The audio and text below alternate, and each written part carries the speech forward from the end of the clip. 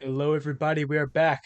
The next episode of the Irrelevant Podcast. I'm really excited to talk about this one today with my boy Jason, as always. Hey yo. Let's go, man. How you doing today, man? You know what? Solid 8 out of 10. That's pretty great. That's a rock solid score. Yep, rock hard, rock solid, ready to do this. Nice. I think we're just gonna get right into it. So, Sure. Jason and I watched the 2006 film Apocalypto by Mel Gibson. So it is about a young man and what we are led to believe. I know there's a bunch of historical inaccuracies, and I know that that's there, guys. So through what we're led to believe is the Mayan Empire, right? And it's in its declining years.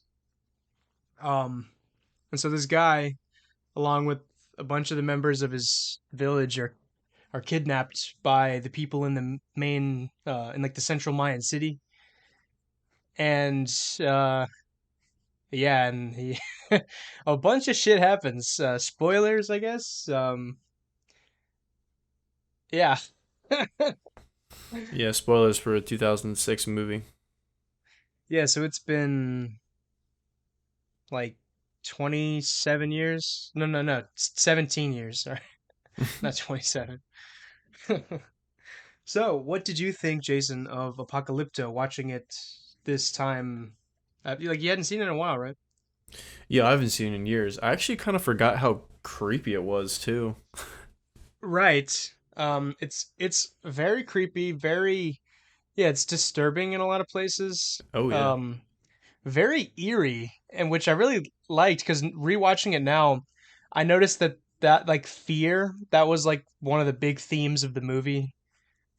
Because remember his dad before he was slaughtered by one of the invading tribes was telling his son like you have a lot of fear and like you need to just let that go because the fear is gonna just it's gonna kill you, right? And then he had that um there was that other man, remember in the forest who his village had just got attacked by the central Mayan city, right? And he's like they're coming, man. Like you got to be scared, right? And I really liked that constant theme of fear and just like you're there's never like a moment of like relief, I guess, like other than the point where he's about to be sacrificed to the gods and then he ends up not being. That was like the only point of relief really before the end. Yeah. Right? Other than that, the movie after the whole village attack part happens and they get kidnapped and they're taken like all to the central Mayan city, there is it's there's no um like breath almost. It's very yes, very creepy, very eerie, very electric, you know. It's lots of spice, you know. Oh yeah. The energy in this movie is just insane. Um, Yeah, it's a wild ride all the way through. That's why I like it a lot. yes, yeah, I figured, I figured you did like it. um, now, I, I must say, even though I already just started talking about it, like, just right off the bat, this movie has it absolutely has like one of the best costume designs I've ever seen in a movie. I don't like. I think it might be the best. Yeah, Like no, the it was very vivid, and I remember you made the point about how it has that fuzzy kind of documentary style, and even like in that style, everything just looks so crisp, which is very weird to say. right, it almost yeah. I know it's not exactly historically accurate, but it did feel almost like real. Um, you didn't really get any like cinematic, so to speak, shots up until you get to the actual like main city, which I Yeah, all guess like in the right, like the way that's shot and all of like the way the camera moved up until like I remember when they first show you like the top of the pyramid with the king and like all of his like occult leaders and everything like that. It just kind of pans up and you just see like the guy like this the occult leader like he has his hand over.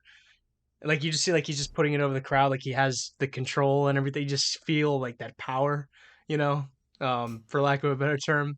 Like just that aura that he has over the entire people of the city. Um, and you just his mask and like the feathers and the cloaks and everything. It's so mesmerizing. All the detail and all the just the variety you get. Like it's not just the same thing, just with slight different variations, you know. Yeah. I loved how you could really see how they weren't like just this kind of homogenous thing. There was like there was the different tribes and there was the different classes and everything and the caste within the civilization. I really liked how you could see that in the clothing. Oh, and like the chief of the invading tribe. That that guy was so cool. Yeah, he's what you think Yeah. of when you think of like a Aztec warrior, a Mayan warrior. Right, yeah, like that. He yeah he exemplifies that like that glorified image of of like that yeah that Central American and like Mexican indigenous culture, right? Yeah. Um, and I know I have heard from people that apparently the costumes are not entirely accurate, and that's No fine. shit. But right, yeah, I'm like sure, but like for the movie's sake, it looks cool. So Yeah, um, then I was reading back up on that again because I couldn't remember the biggest I thought the biggest controversy was obviously this isn't supposed to dictate, Mayan culture back in the day with all the human sacrifices because the Aztecs are really the ones that did that more. I don't even know if the Mayans did that. And the other that is thing being true. Yeah, how like the that Spanish is did not true. arrive at the height of Mayan civilization. Like most of the major cities and like civilizations have collapsed. Obviously they fought with like Mayan speaking people, with the language of Maya, but not like the whole Right. civilization of them. So obviously the movie's not meant to be taken literally. And I guess the biggest thing above all was that just portraying the Mayans as savages, like perpetuating that colonial idea. But I mean, I if you look in the I movie, they mean, were highly organized. yeah, I mean, because it's like well, savage in like what sense, you know? I mean, Yeah, like I mean, like human sacrifice that's like unjustifiable. Like I'm sorry, and like I'm not saying that like you know because every culture has something worthy of respect, but also every culture has something that is not worthy of respect, right? yeah. I Um, mean, that's just how it was back then. Everyone's fucking brutal back then. You can't hold those standards to modern times. So I don't know. right. But again, you definitely don't. I mean, I don't. People really have a hard on for historical accuracy in movies, especially if it's not supposed to be that way. Like it didn't say inspired by true events. It wasn't a historical recap. There were no, as far as I could remember, there were no actual historical figures that were in this movie. I think they're all made up people. It's just like I would imagine. historic. It's like historically inspired fiction. Yeah, so like it's I don't know. Like I get why people are mad at it, but at the same in the same breath, get over it. Yeah, because I'm like the movie itself. It's just like for what it is, it's fantastic. I know, like yeah, the thing you said about the whole human sacrifice. That's why like a lot of like people when they saw it, they thought that the civilization they were kidnapped, like that the civilization that kidnapped the main tribe who we saw and brought them to their city. A lot of people thought that was supposed to be the Aztecs, but the problem is that like over there they were speaking Mayan too. Yeah. Right? So like it's like okay, well whatever. Yeah, and also like to the Spanish thing, I know that that's like probably like 400 years off. Oh. But I like that part of the movie not because of oh this is the moment of when the Spanish came right, but um I like it because of like what it signified and how like the whole you see how like his the whole struggle he went through, how he escaped from the city and ran all that time for like he ran for like probably I think it was like 2 days or something like that, just nonstop. And now he just comes up to the shore, right, and the guy's chasing him, and they all see the ships coming, and you know it's all like it makes their struggle like obsolete, and I you know you like that like for good for better or for worse, right? But I just liked like what that signified and that paradigm shift of culture, you know. Yeah, and also the fact that he could sense that the aliens on the big wooden boats were inherently dangerous. So he was like, "Fuck this! I'm gonna go deep into the forest."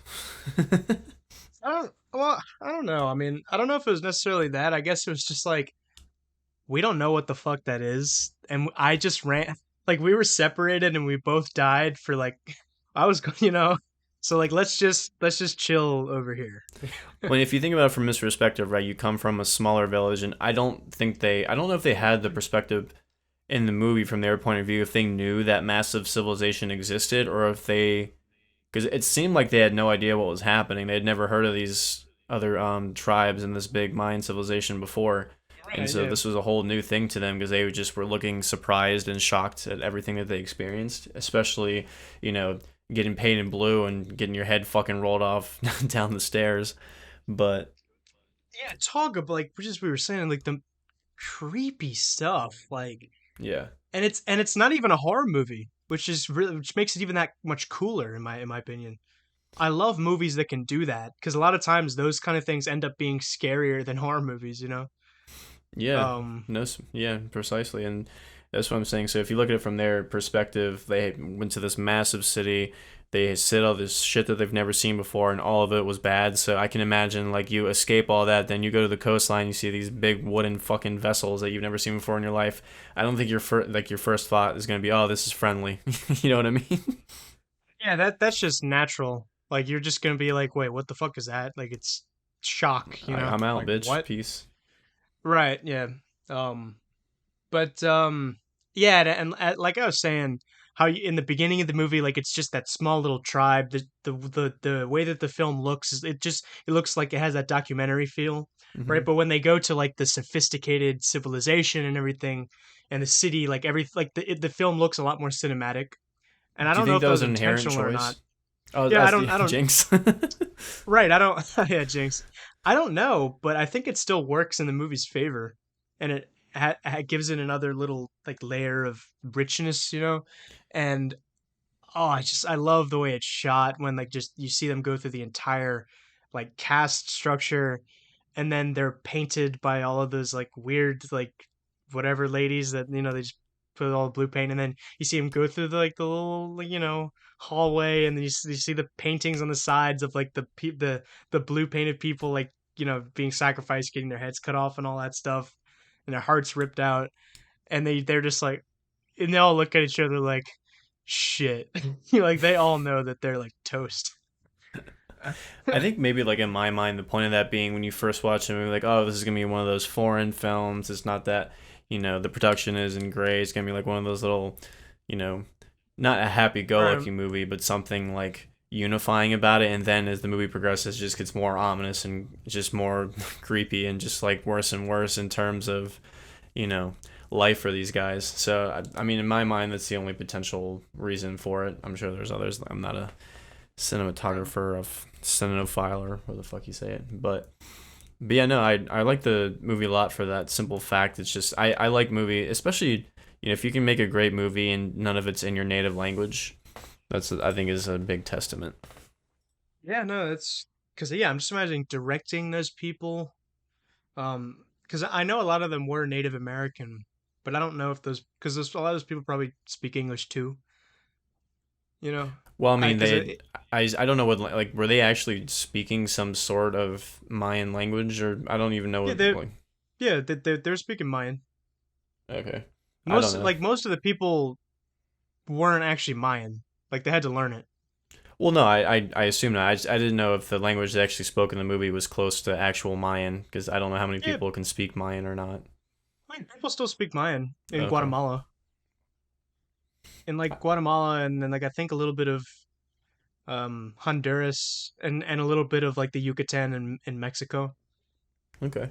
And I know, as I understand it, there is a bunch of dialects, but there is like a uniform kind of thing that was developed to like preserve the language.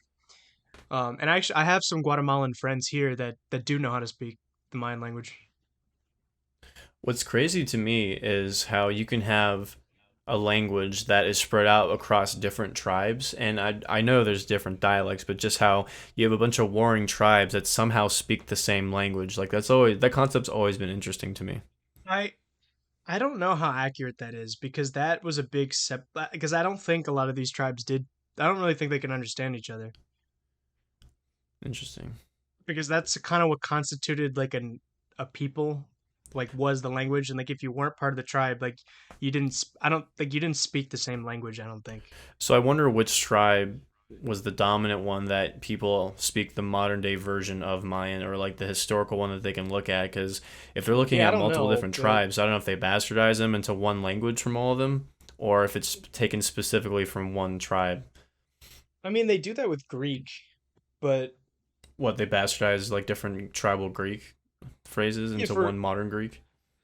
no, like all of ancient Greek is there's like a bunch of different dialects of ancient Greek because there's like the Attic Greek in Athens, and then you got the Doric Greek, and you got the Koine Greek, which is like the that's the Greek that the Bible is written in, where it's or in the New Testament, where it's that was like that was the universal Greek that everyone understood. So that's why they're like, all right, let's write it in this language because everyone will understand that. Right. And then there's the Homerian Greek, which literally only appears in Homer's writings. Interesting. Homerian. Um, right, but we all just kind of put it under the blanket of ancient Greek, you know. And but it's easier to do that because it was written down, right, with the same alphabet and everything, right? Whereas these like indigenous languages weren't written down.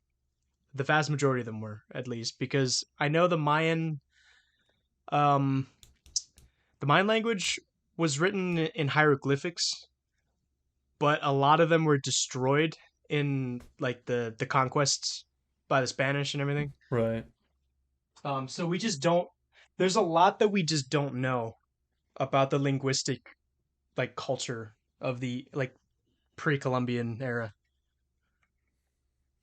Yeah, I'm always fascinated to learn stuff like that. I actually don't remember a lot of the stuff about the Mayans that I learned in school. I just know they were way before the Aztecs. And I think the Olmecs were before them, and I don't remember anything about the Toltecs. The But I Ol- remember the learning about all this Olmecs, shit. I think are the oldest people that we know of. Yeah, They actually come from I think El Salvador. got the jungle engines there. Oh yeah, Um, man. Um, but you know, going back to the movie, the cast was great because, like I said, I mean, obviously oh yeah, they yeah. spoke words throughout most of the movie, but there wasn't that much dialogue in the movie, and that's I always thought it was a I great love that. yeah, Yeah. it's a great thing as an actor to make an audience connect to you with your facial expressions or your movements or just like the situations that you end up in, even though you don't speak too many words. So, especially with the main character, like I think the most that he spoke was like in the first scene of the movie when he's like fucking with the dude and made him eat like bull testicles or wild boar or tapir, whatever the fuck the animal was. Right. And then I remember when he's being chased and everything, and then he jumps off the waterfall, and they think he's dead. But then he just gets up and he just like yells like I am like a proud warrior and everything. Other than that, yeah, he doesn't. He just makes like small little comments, but a lot of it, yeah, it's just glances and facial expressions. Yeah, like you could literally watch this movie with the sound off, and you could you could understand everything that's happening, and that really is a big testament to how um important it is to for the cinematography of a movie to be good. Like you can't just rely on like people giving information to understand the story, right? And it also shows how well they did it in this situation, you know. Right. Yeah, just yeah, really the facial expressions and just the designs of the characters and everything. Like you know who's who. Like you get that leader of the invading tribe was the leader, like just by the way he was dressed, the way his face was, like his physiognomy and everything, and also just those cool hand signs he would give. And I love that opening shot where it reveals all of the when like they're getting ready to invade the main character's tribe, and you just see all of them lined up with the torches. It looks so cool. Yeah, the And visuals are you definitely fucking top tier in this movie. oh yeah, like this is just again in terms of just overall visuals, whether it's the cinematography, the costume design, or like anything like that. This movie, it might be like unmatched. It's such like it's just top tier. Mm. So good. So good. You know what I'm thinking about? I don't know about the language thing because I remember learning from school that the some of the Aztecs and the Mayan people traded with each other. So I feel like you'd have to have some great deal of communication to be able to do that. At least like a base language or like a lingua franca that they had. Because I know they weren't just totally isolated from each other. Obviously, some of them warred, but a lot of them also traded. He might have just spoke um Nahuatl, the Aztec language. Interesting. Because I don't know what third language they would go to that they both knew how to speak, you know. Yeah. Because like, the Romans, everything was just speak to us in Latin, you know. Right. Yeah. Yeah, like it was hard to find like that third language where like that's lingua franca comes from like the French when that was like the language everyone would just default to. Um, yeah, it's actually it's funny to think that was like the considered the universal language at one point. I mean, now it's English, so it just changes every couple hundred years. I wonder what the next one's gonna be. Yeah, but it's just funny how we have like no concept of anything other than English being the lingua franca, you know? Yeah. Yeah. But yeah, and like I initially thought that the story was just kind of cheesy, but like the more I really thought about it, like it's really not, you know. What, an It's very Apocalypto? simple. Yeah, and like it's very simplistic, very just it's not complicated, right? Yeah, no, not at Um all. yeah. Was there anything you didn't like about the movie? Um, no, I mean, I'm not one to really notice like too many flaws in movies like that, like I am with music. I thoroughly Mm. enjoyed the movie. I Yeah, like I'm there's no glaring problem with this movie. yeah, but said besides the historical Mm. accuracies, I think that's honestly the biggest thing. But again, like if who gives a shit? Like It's it's not it's like supposed to be. it's anecdotal, honestly. Yeah, it's like it's historical fiction. Right, yeah. It's not claiming to yeah, there's no historical figures. There's no it's literally yeah, it's just inspired, or it's like a Far Cry 5, or whatever that was set somewhere in like the Caribbean and it looks Spanish like, it's like a Yeah. fictional island or whatever. Yeah, it's like all the But Assassin's Creeds, those are not historically accurate. no, not in the slightest, but like it's a fun little Yeah. way of just like it's not alternate history, but it's just like hey, this is like a lens of looking through things in the way that we see them from our culture, you know. You know what it is? I think if Mel Gibson didn't direct that movie, people would not give as much criticism towards it. You know, if the I'm blanking on Definitely. the Mexican director that Definitely. you like that we watched a couple movies, I forget his name, but like if that dude directed that movie, then I feel like people wouldn't care as much or they'd enjoy it more if it wasn't fucking Mel Gibson. I'm sure that yeah, Alejandro Gonzalez Iñárritu, I'm sure he would have done a good job Yeah. with something like this based on what I've seen in The Revenant, right?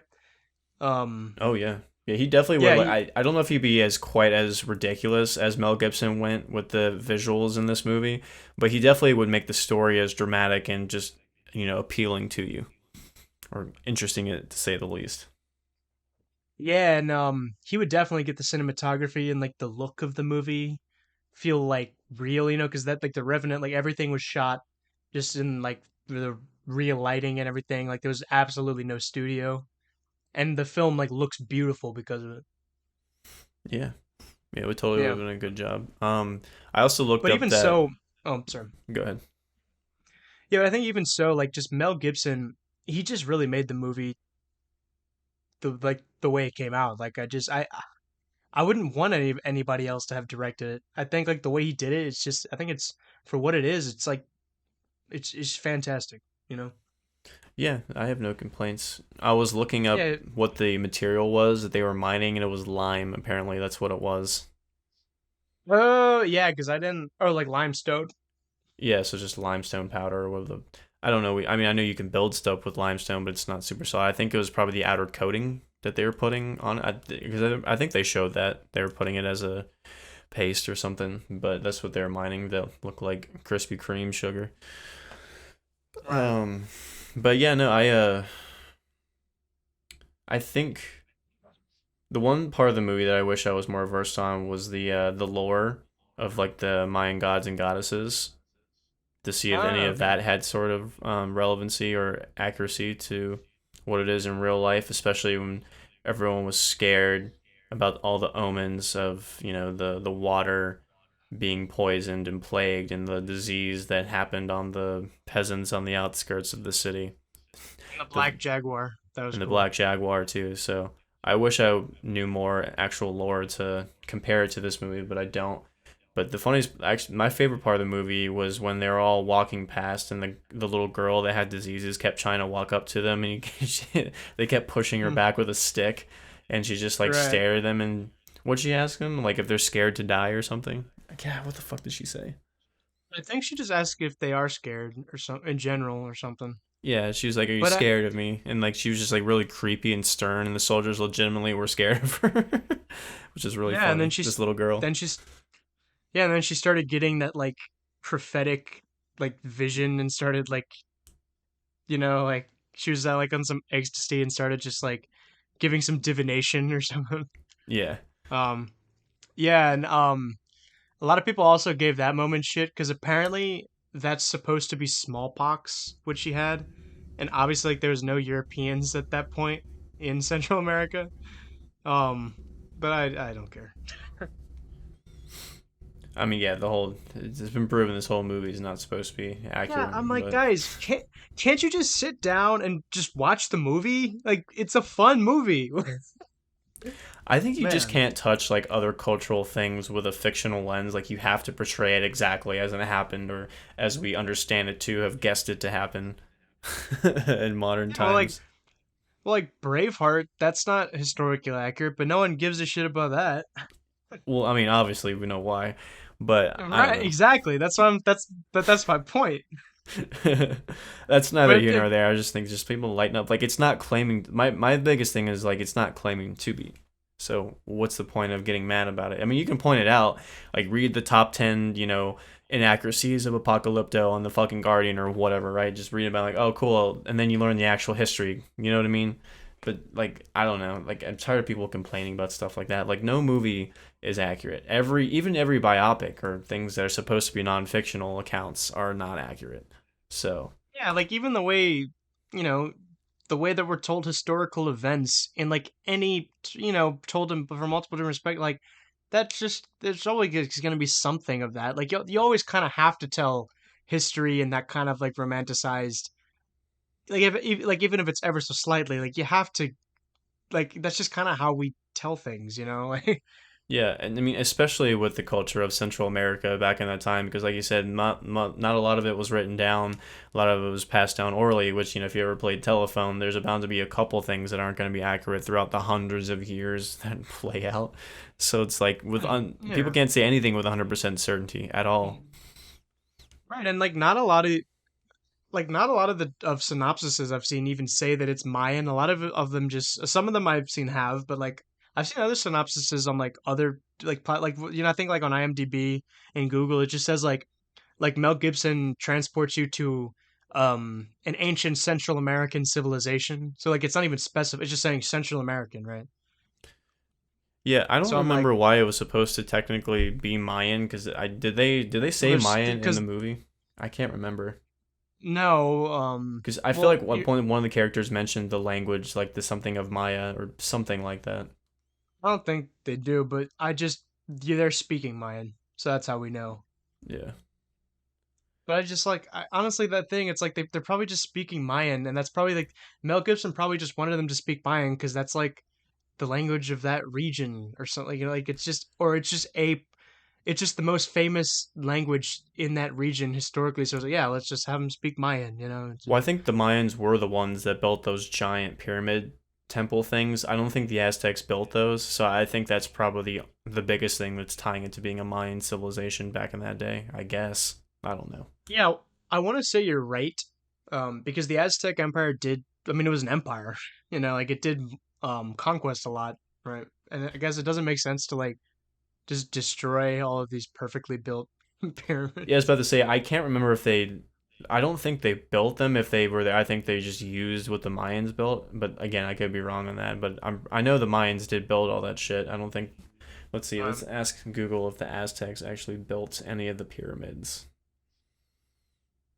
Did the Aztecs build pyramids? Oh, so they did build some. Okay. okay. But I don't know if they Well, I were as mean, big as the ones like the ones that I'm seeing are not as tall. So I think the Mayans maybe built bigger pyramids and the Aztecs kind of built step pyramids a little bit shorter.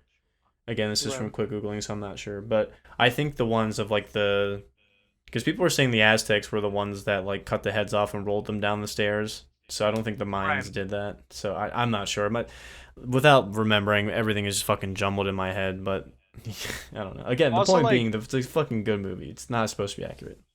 it is good. Yeah, like just the action scenes and the violence and everything. The way it like some of it just it looks so real. I'm just like, It how did, did they yeah. even? Right. I'm like, how do they do that? You know, and like I'm a big like anytime a movie makes me go, how did they do that? Like that's points. You know, like I give you props for that. Yeah, especially like the knife scenes, people getting sliced, or the Yeah. arrow scenes, people getting shot with arrows. Like a lot of that, especially from coming out in 2006, like it felt like the camera was right there. There wasn't too much shaking around. Like you could clearly see what was going on, even though the camera You angle just changed. It wasn't like the modern action movies where the fucking shit's moving all around the place and you can't even focus on who's tackling who or throwing someone down. It's just like there's no point to watch this. right, like there was I remember full on shots of like you just see like that one guy got like had the whole spear like cut through him. Yeah. You know, Oh yeah. I'm yeah, Brutal. I'm just like I actually I want to watch the behind the scenes now because of that and see how all of this was done. You know, um, Watch the Apocalypto bloopers. right, yeah, right. That'd be funny. Yeah, and just the all the action set pieces are great. That whole design and set of the pyramid and the main city, it's so badass. And like I mean the village is just like a village, whatever, but also like just there's a bunch of different shots and set pieces that are just they're just so the design of it is just burned into my brain, like just like those pyramids, the image of like the shaman or whatever at the top of the pyramid, like controlling the people, and there was also like the motif of like the well not motif, sorry, like the just that image of the eclipse, right? Which actually, do you know that like the Mayans were really good at astronomy and they could predict the exact moment that would happen? Oh, the eclipse, yeah. Yeah, the Mayans and the Aztecs actually they used it to, or I'm not entirely sure about the Aztecs, but I do know the. Oh no, no, yes, the Aztecs as well, and they did that because, like, they did it to not only trick their own people into thinking like, oh look, the gods are pleased, right?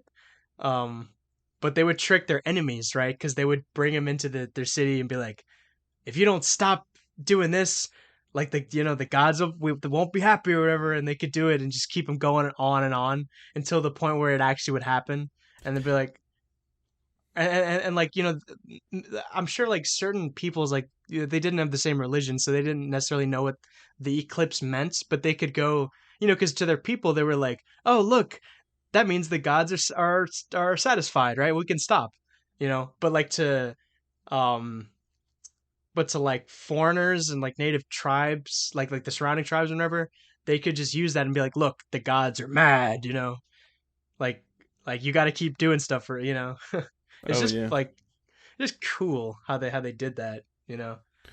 Well, it's um like how many times the eclipses even happened where you can see them in the same spot? Because like I've been alive for 26 years and I feel like I've only ever seen one. right, but I mean people like lived shorter back then.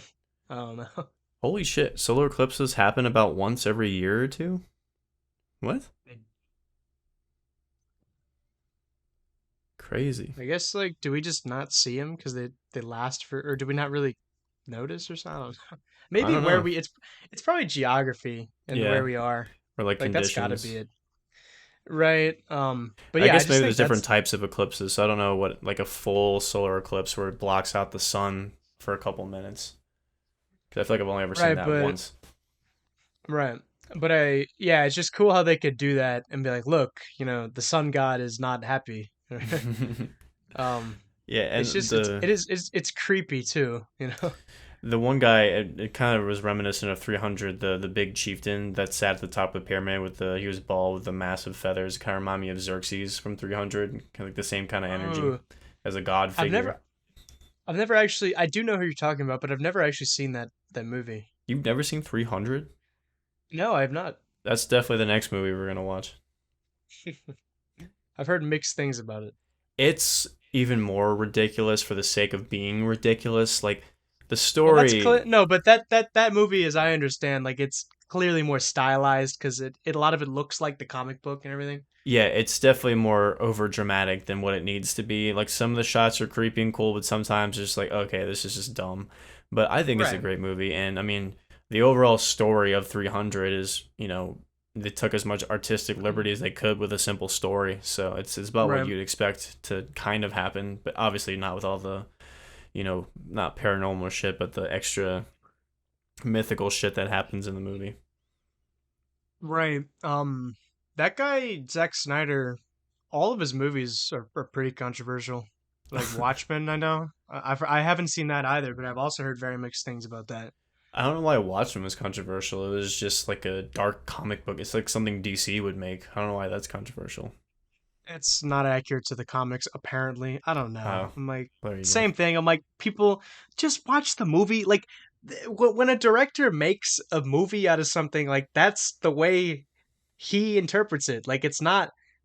Who's the guy who? I think it's fuck. Who wrote Watchmen? Oh, it's Alan Moore. I think. Yeah, it's not when the movie is out. It's not Alan Moore's Watchmen. It's Zack Snyder's Watchmen, right? So like, that's just the thing he did. Like, and it was like he needs like permission from the DC or whoever wrote the comic to like make those artistic liberties, right? Yeah. Like he didn't just like steal it and like make his own for like that's not people are just they get so attached to these ridiculous things. But I digress. Um, fuck, what was I even? Oh yeah, Zach. The only movie I've seen from him is Batman versus Superman, and that was really bad. Oh, it was fuck. He directed that movie. Yeah, and Man of Steel. I don't remember Man of Steel, but I don't think people like that one either. But dude, Batman versus Superman. I know we talked before. That's probably the worst movie that's ever been made on this planet. I don't think we have ever talked about that. God, it's awful. Like, are you That sure? was Because I remember so. saying how when I was in the movie theater, it felt like I was watching a 3 hour trailer. Like, Yeah, it did, and like, there's no establishing shots. It's all just like close-ups of people talk. And like, dude, that last action scene in that movie, my eyes were bleeding. That was just vomit on a like just that. Oh, I was like, please stop. yes, I guess he really likes the dramatic shots, but 300, it's one of those like it's a good movie while also simultaneously being bad at the same time. That's really the only way I can describe it, but it is entertaining. Right, like not so bad it's good, but like it's a very weird like I don't exactly know if it's good or bad. Yeah, but it's a classic now because it's like it's been ingrained in Yeah, popular culture forever. So now when you watch it, like, oh yeah, this is a classic movie because everyone always fucking says this right. is Sparta before they kick you in the stomach like a dick. So What's like the other shit that from the movie that people reference? I know there's more. besides the kick in the hole, fuck, I don't know. I'm sure there is. I can't remember the Yeah, moment, but that's literally like when you think of 300, you always see people shouting, "This is Sparta." right. Um Oh yeah. Um Oh, I remember there was an episode of Samurai Jack where it's inspired by all the panels of 300 and it Yeah. looked really cool.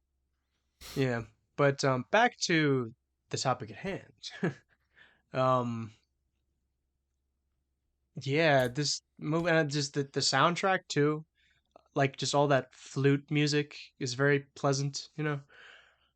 Um, Also, I just there's a very resonating like creepiness to like the percussion in like the all like the ritualistic ceremonies you see in the movie, you know, when they're doing the human sacrifice and you just hear the big people playing the big drums, you know, it's just like drums definitely do and like just the percussion in general do have that kind of like ritualistic kind of um quality to it.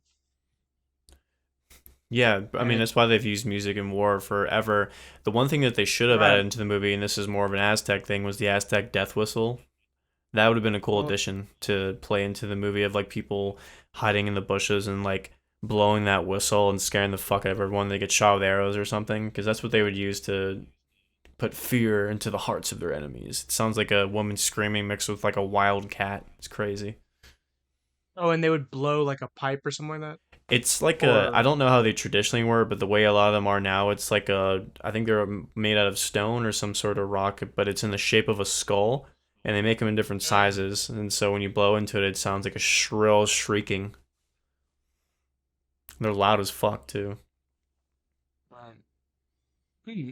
Yeah, like as I was saying, like the action set pieces, I love when a movie has like a huge variety of action sequences and different things. That's something I was talking about the Clone Wars because you know in Clone Wars you have like all the lightsaber duels and then you have all of the gun fights and then you have all the space battles and everything. You know, like there's a huge variety of action, and Hmm. I think you get that same thing here because there's like the one-on-one fights and then there's like that like there's the crossbows or like there's the bows and arrows and then there's the axes and the hatchets and like the short knives and there's like the poison and also there's like the booby traps. There's a bunch of different and like the human sacrifice itself and just the all the chase stuff, you know, there's a bunch of stuff here Yeah, and I always I like do that. like the poison blow darts. I actually kind of want to learn how to Yeah, I use wonder a how that blowgun. works. Yeah, That'd be really fun. Start like shooting yeah, darts at trees and shit. yeah. I remember I first learned about that in Indiana Jones. Remember, like when he was in the beginning of the first movie, when he's getting the idol, there's like all those people in South America that are using those. Yeah, that Yeah, was I cool. remember that. Yeah, that was cool. Yeah. So I don't know. I guess like the Aztecs and the Mayas had it too. Like I wasn't. Well, then again, I don't know how accurate that Indiana Jones depiction was either. But I know there's one well, weapon that the I can't remember, somebody in Central America had it. It was a knife that was a specific, I think it was a, I don't know if it was a mineral. I think it was either a bone or a mineral, but the thing was it was only could be used one time, and you'd stab it into someone's fucking flesh and it would shatter into a million pieces. So even if they did survive, they would have to like take all of that shit out. It just fragments like oh, it everywhere. would shatter inside their Yeah, like body. they would. I don't know if it would just like do it upon impact or like they would stab it into Man, somebody, then they break it off. Like they would break the handle off of it, so like they're just left with a shard stuck in them.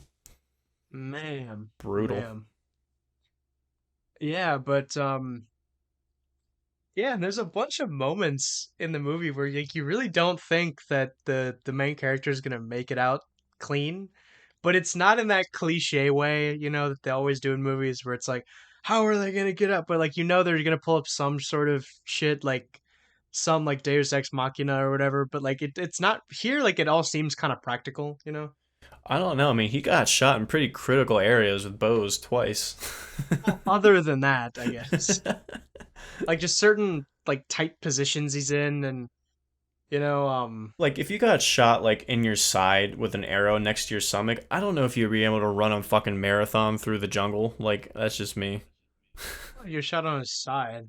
I Yeah, it mean, I know was you're like the shot. when he killed I his think it's son, and then he got shot in the side, so he was escaping them, and they were chasing after him, and he ran and then jumped out a waterfall, oh and yeah, like in his rib. Yeah, you're right. yeah, it's You're just right. like I don't know if you could run a Um, marathon when you're just have a fucking bow in you. well, I know no, he no, no, took it no. out, but I still. I understand that, but like that's like a whole nother debate. I'm just talking about like the actual situations. I guess are more believable if you see what I'm saying. Whereas like that, Oh yeah, I if agree. if it's if you're right, like if it's shot in like a certain like surviving a bow and arrow and being wounded and running like that is like even more compelling than just like, oh, like some random bullshit came out and to save the day. Yeah, Um, no, I mean, yeah. Besides that, I think the whole movie's pretty practical because the fight in the beginning, their whole village gets taken over, and then they get taken as slaves, and then like some people died during the way, and like a lot of the main characters died, so he was the only one that really remained, I think, or that wasn't really clear about what happened to his friends when he ran off. yeah, I assume they were killed, but you Probably. we don't really know. Yeah, and you like you really, despite like there's not really much to the characters by our standards at least. Like you still really I care about them. Like I get how they all work and everything, and you just get the relationships and everything, Yeah, if you can which is tell always someone's nice. personality based off of a few, modes of entry into your brain, I feel like it's a great movie because, like I said, not many of them spoke that many words, but you definitely could feel what they were like. Yeah, right. And I always like that. Um, like in Babel, remember with those characters in Morocco? Yeah, it's the You same kind just of yeah, concept.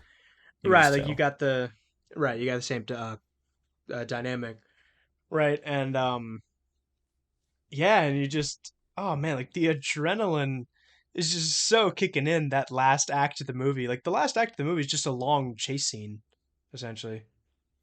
Yeah, that was And it's just awesome. I right, and like I do not want to go to the bathroom. I don't want to go up to eat something. Like I'm glued to my seat that last act. Yeah, even though you had to take a shit during halfway through I do remember that, but that was not during the last act. So it. No, but yeah, no, I agree. Um, I think that's probably the um hardest thing to master as an actor is not only learning your lines, but just getting all of the movements and all the emotions down to play your character. I mean, to me, like I can barely control my face and my voice, so that would be the worst part if I was in a movie. No one would yeah, connect to the me at all. remember the Narcos guy who was the chief's second in command, I think. Um, you know who I'm talking about? I can't remember. Remember, he's the guy. He's in Narcos, and The he's in Sin Nombre, and he's like the second in command to the chief. Remember, he Oh, he he like makes fun of the main character and calls him almost.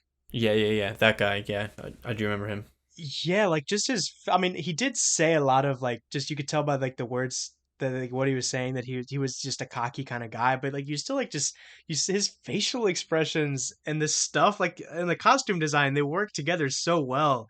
And he was just so creepy, like this the stuff on his teeth and all like the bones and everything, like it just and the hairstyle too, it looked everything. It's Yeah, his such a hairstyle was good. actually kind of funny. He had that little braid ponytail thing sticking out of the front of his head like he's a toddler.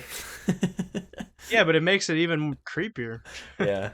We But in terms of like sidekick villains in movies, if that's like a category, he's way up there. He's such a good side villain. Yeah, no, I agree. He's definitely a good side villain. He's like what a side villain should be, and it gives more depth to like the main chief guy, yeah. because you could tell that like I mean, he's just a warlord, like he doesn't like if you're a burden to him, he'll just kill you, which is literally what he did with that one guy. Remember when the main character like jumps off the waterfall and he's like, "We're jumping too," and the guy's like, "Well, maybe we should go a little." Oh, that was like you just totally get his character out. He's just like that no bullshit. Uh, just he's like, I'm the chief, and we're avenging my son. We're getting down to business. Yeah, his son, he was one of those characters like you're supposed to feel bad for because he's just a kid that wants to make his dad happy and he's, excited to Yeah, get his rite of passage and becoming I a never thought about that. soldier. Yeah, Yeah, and he just gets yeah, up I getting never thought murked. about that. Yeah, and like the kid he was just kind of he was depicted as he was just like a nice guy, and um, yeah, he did exactly. Like he just wanted to to follow the tradition and like be and follow in like the honor and everything and be a good son and like yeah, the rite of passage and everything. And like I liked how the father actually the chief gave him his knife. That was nice. Yeah, that Yeah, was like cool. the characters really are good. Even like yeah, like even if like you said, like don't have to go like you know, you are my son and you will get this. Like it's just you know, um, it's not cheesy. Yeah, this movie's definitely not cheesy at all, especially with because I feel like, and this is probably just movies in the later part of the decade that we are now in, or I guess it's the earlier part because we're in the 2020s now. Um, Right. so I guess like the late teens, early 20s, that we are in, is that most of the romantic scenes are always just fucking god awful to look at, but these ones are actually nice. Like it's when you watch the movie, you're like, I want to have, like you want to find a partner that's as supportive as they are to each other. You know what I mean? Like it's a very communal type of energy. It's I give you, you give me type of feels.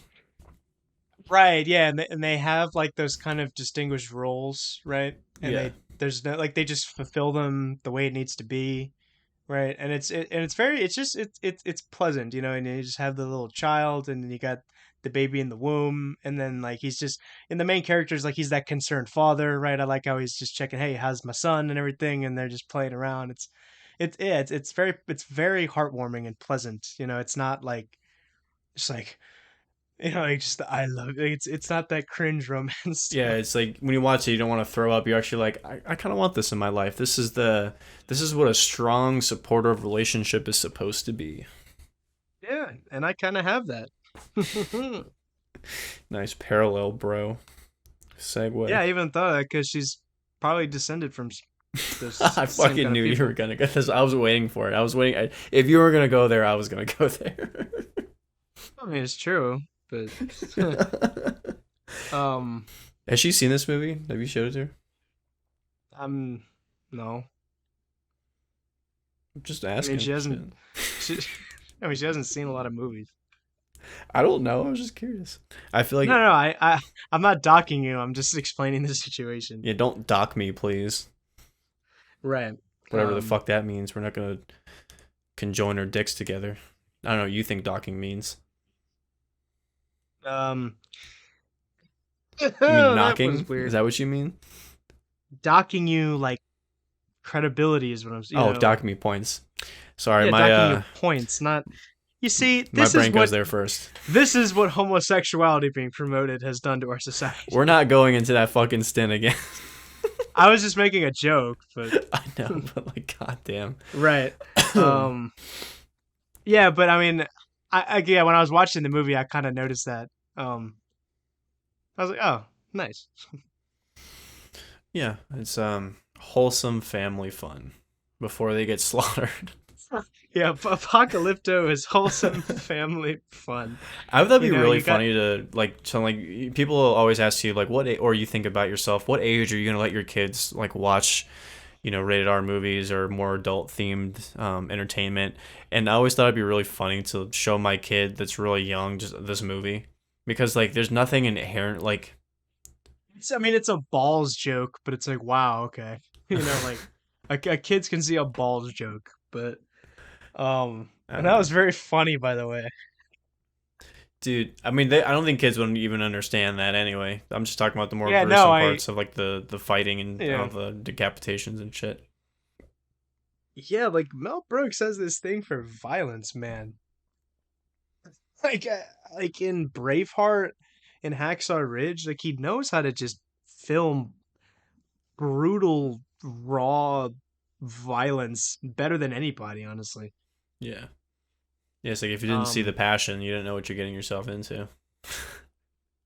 right, and like, and it's not really shown, in my opinion. Like, it's not glorifying it, and it's not really like condoning it per se. It's kind of neutral in that sense, where he's like, this is just the reality of reality, you know. Like stuff like this happens, you know. Yeah. Um, yeah, he's really good at that. Of yeah, like I think honestly, he's a Mel Gibson's violence is a very good exposure of kids to violence, you know. Yeah, I mean, I'm always a proponent of it. Depends on what it is, though. So I feel like you just have with everything in life, it has to be case by case. But I feel like you need to show kids things they don't understand or things that they're scared of, and you have to give it a real world explanation of saying, well, this isn't real, or this is why this happened versus something else. So, but I mean, if they're just like I said, you don't want to show them a video of a cartel member chainsawing a head off. You know what I mean? I don't think that serves a No. purpose. But as far as Right. entertainment goes, like I mean, it's the same thing with swearing. Like everyone makes a big deal about like swearing around your kids, and I know a lot of, especially like more traditional conservative parents that I've talked to, like they cuss around their kids, but their idea around it is that like they know that these are grown up words and they're not allowed to say them until whatever the time is right. So, like, I mean, most of the time you can explain shit like that to them, but I mean, I don't know if it's because I'm cynical in my mid 20s, so I just don't see the purpose of teaching kids arbitrary things. Like my mentality around cussing is like there's a time and place for everything. So like if we're at home, we can sit around and f bomb all day, but you wouldn't do that in a job interview. So it's like it doesn't really like nothing really fucking matters, and people are just really Yeah. particular and weird. So you have to be aware of that. Like you can't coddle everyone's feelings, but you also don't want to go around being a dick. So it's like finding that mid ground of a person. So I don't know. I don't like the idea of telling kids like you're just not supposed to do this for no fucking reason. You know what I mean? Honestly, I mean, I think like overall, our culture like doesn't really care too much about cursing anymore. Um, Yeah, I mean, but still, for the most part, like most like there's still instances that you wouldn't do it. Like I said, like in a job interview, unless the I've had job interviews where the first thing I they said when I walked in was like, dude, I'm fucking stressed right now. so so it just depends on what it is, but you the feel the energy is right, my point. So there's just right, who times you're where you don't saying want it to do that. to. Yeah, yeah, right. Because like obviously like in my like family context, I'm not gonna talk like that. But right, like to you, it's different. Exactly. That's what I'm saying. There's Um, a time and place. My parents just that's fair. eventually gave up because they used to. It's funny. Like I can think throughout my life, like every time I would always count the swear words they would let me get away with, or how many times they would let me get away with it before they told me to watch my mouth. And every year I got older, that list kept getting fucking a lot longer. And now they just don't give a Yeah, shit, which is funny. yeah, yeah. But it's pretty funny. Like it's like my mom versus my dad. Like my dad, like if we're like just watching TV or something, like he'll just do it, and I'm like, oh, that's on the table, and then and I'll just say something. But Yeah, the that was mom true is growing up. Like, yeah, cause like that's how I could gauge if right, like I right. was getting in trouble. So like if my mom was seeing something and she'd be like, "Oh, look at this stupid shit." I'm like, "Yeah, dude, that's fucking bullshit right there." And she'd be like, "Yeah." But if I I just still said have that like coming home, she'd be like, "Watch your fucking mouth." right. I still haven't talked to my mom like that because I just don't really feel the need to. So I remember one time I was just like in a dumb mood and my parents were watching something on TV and like normally like they'll sit like kind of close to each other, but this time they're just like cuddling really close, and I came home from somewhere and they're watching like a serious movie, and I went to go get a drink from the fridge and I'm like, "What's up, fuckers?" And I just like went to bed, and like they just stared at each other and just did not know what to say to me. And I think that's the day that they finally gave up. Like they just turned themselves and shook their heads, and then it was game over from then. I had the upper hand.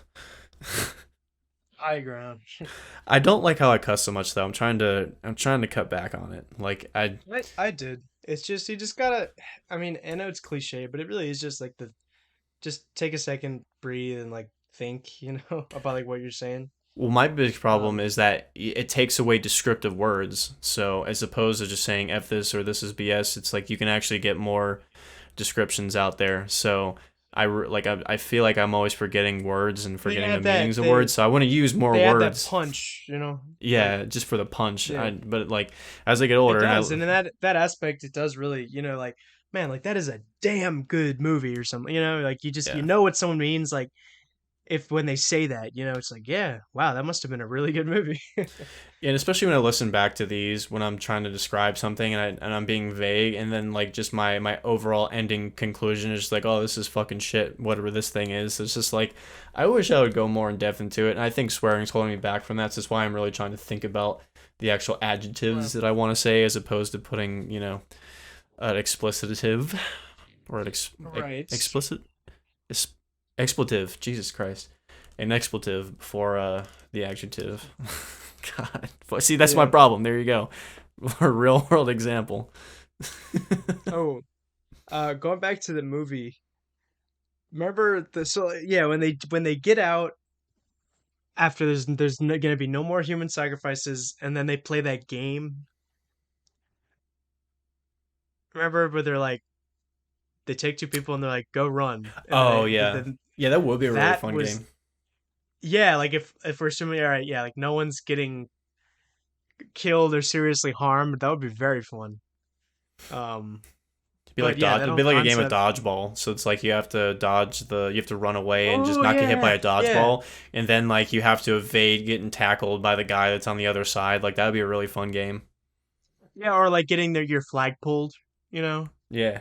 Oh yeah, flag. Yeah, Yeah, if you don't or want to that. tackle somebody, your flag getting pulled. So that, dude, we should get a couple people and like actually try to make that become a I game. would That play that'd be that. really fun. Yeah, I would totally do that. Hell yeah, man.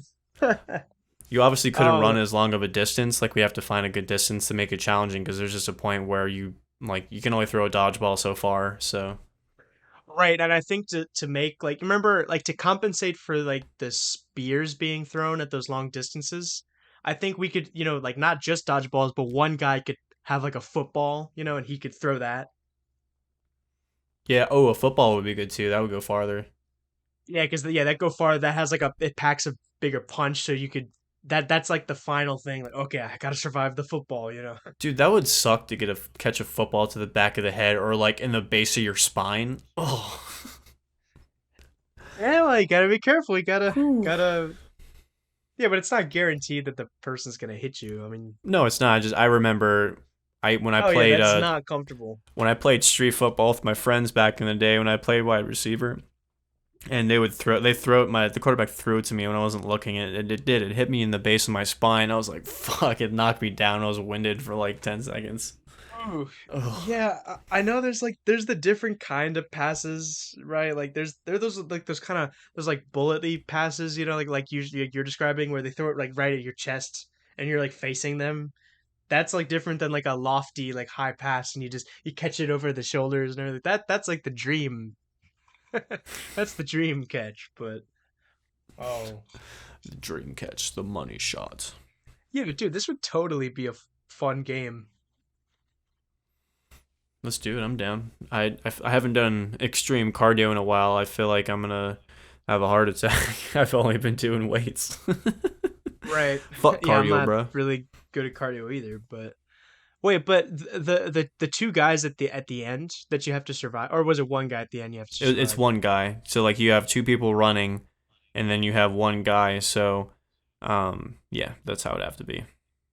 Yeah, so like, do you think we should have it like so they have a flag, and if you pull the flag, you can get that person down, or you just have to evade them altogether? No, the whole point is like the guys that are running are wearing flags. When they go, there's Oh, like right, three or right, four right. people throwing the shit at them, and then if they evade it, if they can get past the one guy that's there without getting their flag pulled, then they win the game.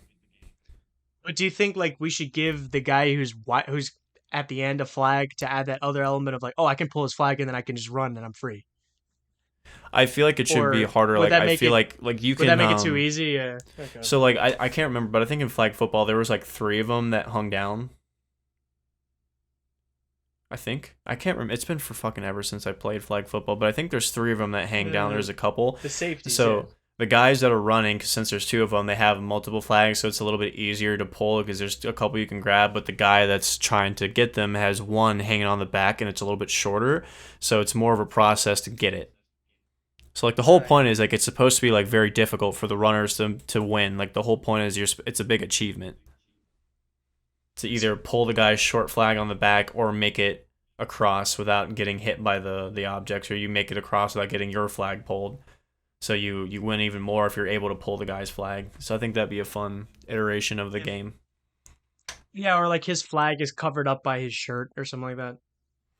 Yeah, So like something you of that nature. yeah, so like right, so like the only like the tips are sticking out. Like that would be harder to get and to defend yourself from being pulled at simultaneously. Yeah, man, dude, this is gonna be a bomb game. I can't believe no one has thought of this. I'm sure someone has. I don't. I wonder if that's an actual thing or if Mel Gibson just made that up. Like if that's a game that they would do back, because I know they played that version of basketball where they have to hit the ball through the little like metal hoop that's hanging off the side of a building with their elbows and shit. Yeah. Yeah, like I wonder if it's one of their like sadistic um like ways of dealing with prisoners of war and whatnot. Yeah. And I love that, when he finally gets out in the grass and then he just falls into that pit of like all those dead bodies. That was some hellish imagery.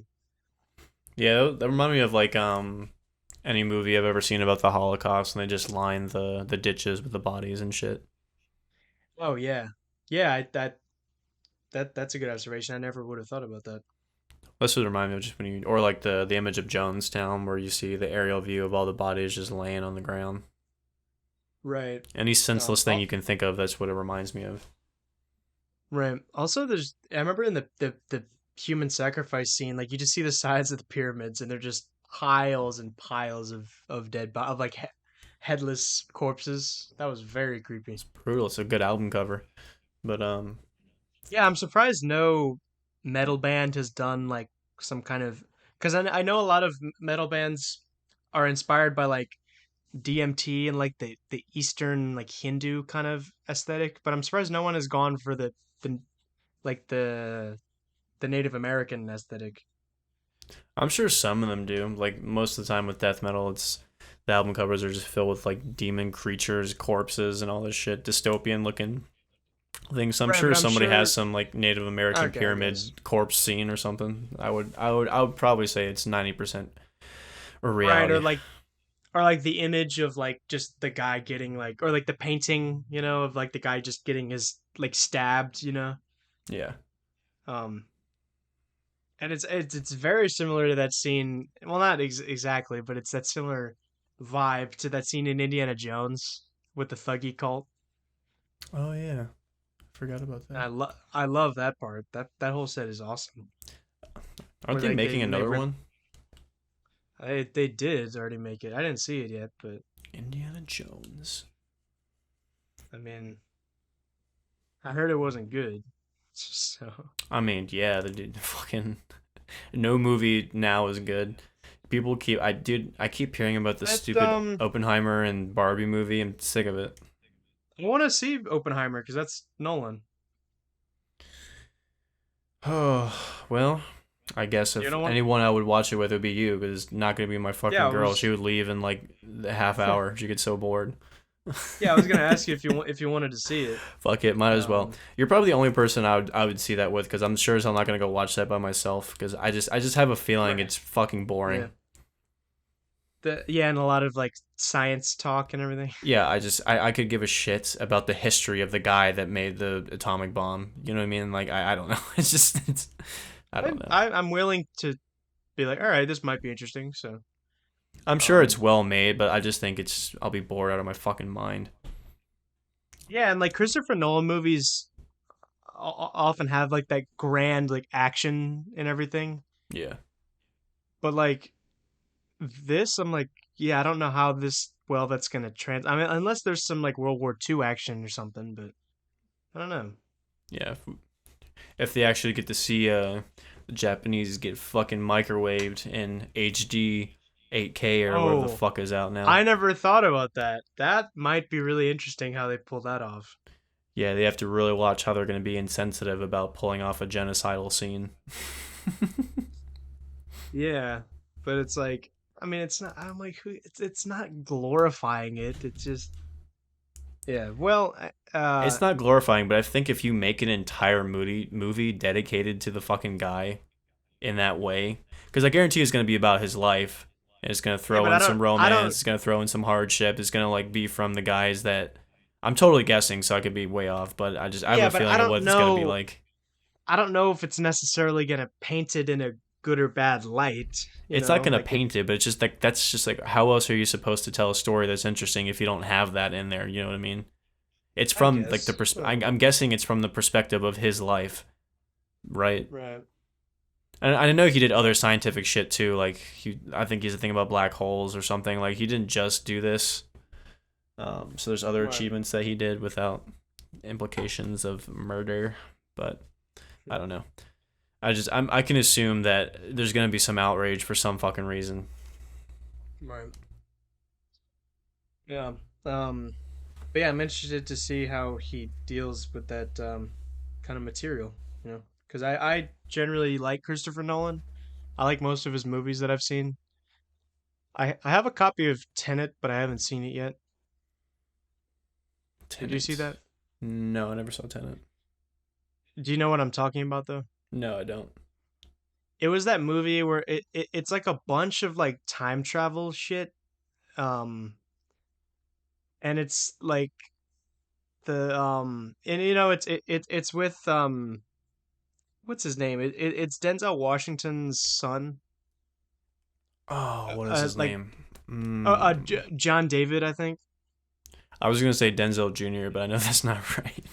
Yeah, no, I thought that was it too, but Oh man, um, because no, Ice Cube's son yeah, is Junior.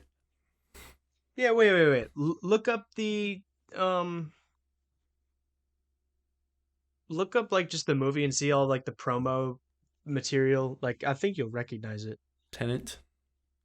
Yeah, Tenet. Yeah, I don't. It's a 2020 movie, so this was during the end times. So I haven't seen too many movies in the past 3 years. Actually, when COVID started, was when I stopped giving a Oh, that's his son. Yeah, that's his son. Oh, I didn't know that was Denzel's son. I actually like some. I've seen a lot of movies that he's been in. I actually like him. John David Washington. Okay, Okay, I was right. I did not know that was his son. He's a good Oh, actor. okay. Yes. Um, I mean, makes sense because Denzel Washington's a good actor. Right. No, yeah, I never. Um, Oh, wait a minute. I have seen the trailers for this movie. Yeah, was it good? no, I haven't seen it yet. Oh, Like you I haven't seen it. own, yeah, I own the DVD. I just haven't seen it yet. We could watch that too. Sure. Oh yeah, Um, former CIA agent that learns how to manipulate the flow of time to prevent an attack. This did look good. I don't know why I never saw this. it's weird because like there's this whole thing. Like I think like a lot of people like didn't even know it was out because of the whole COVID thing. I think it actually bombed because of that. I would, yeah, it's 2020, no shit.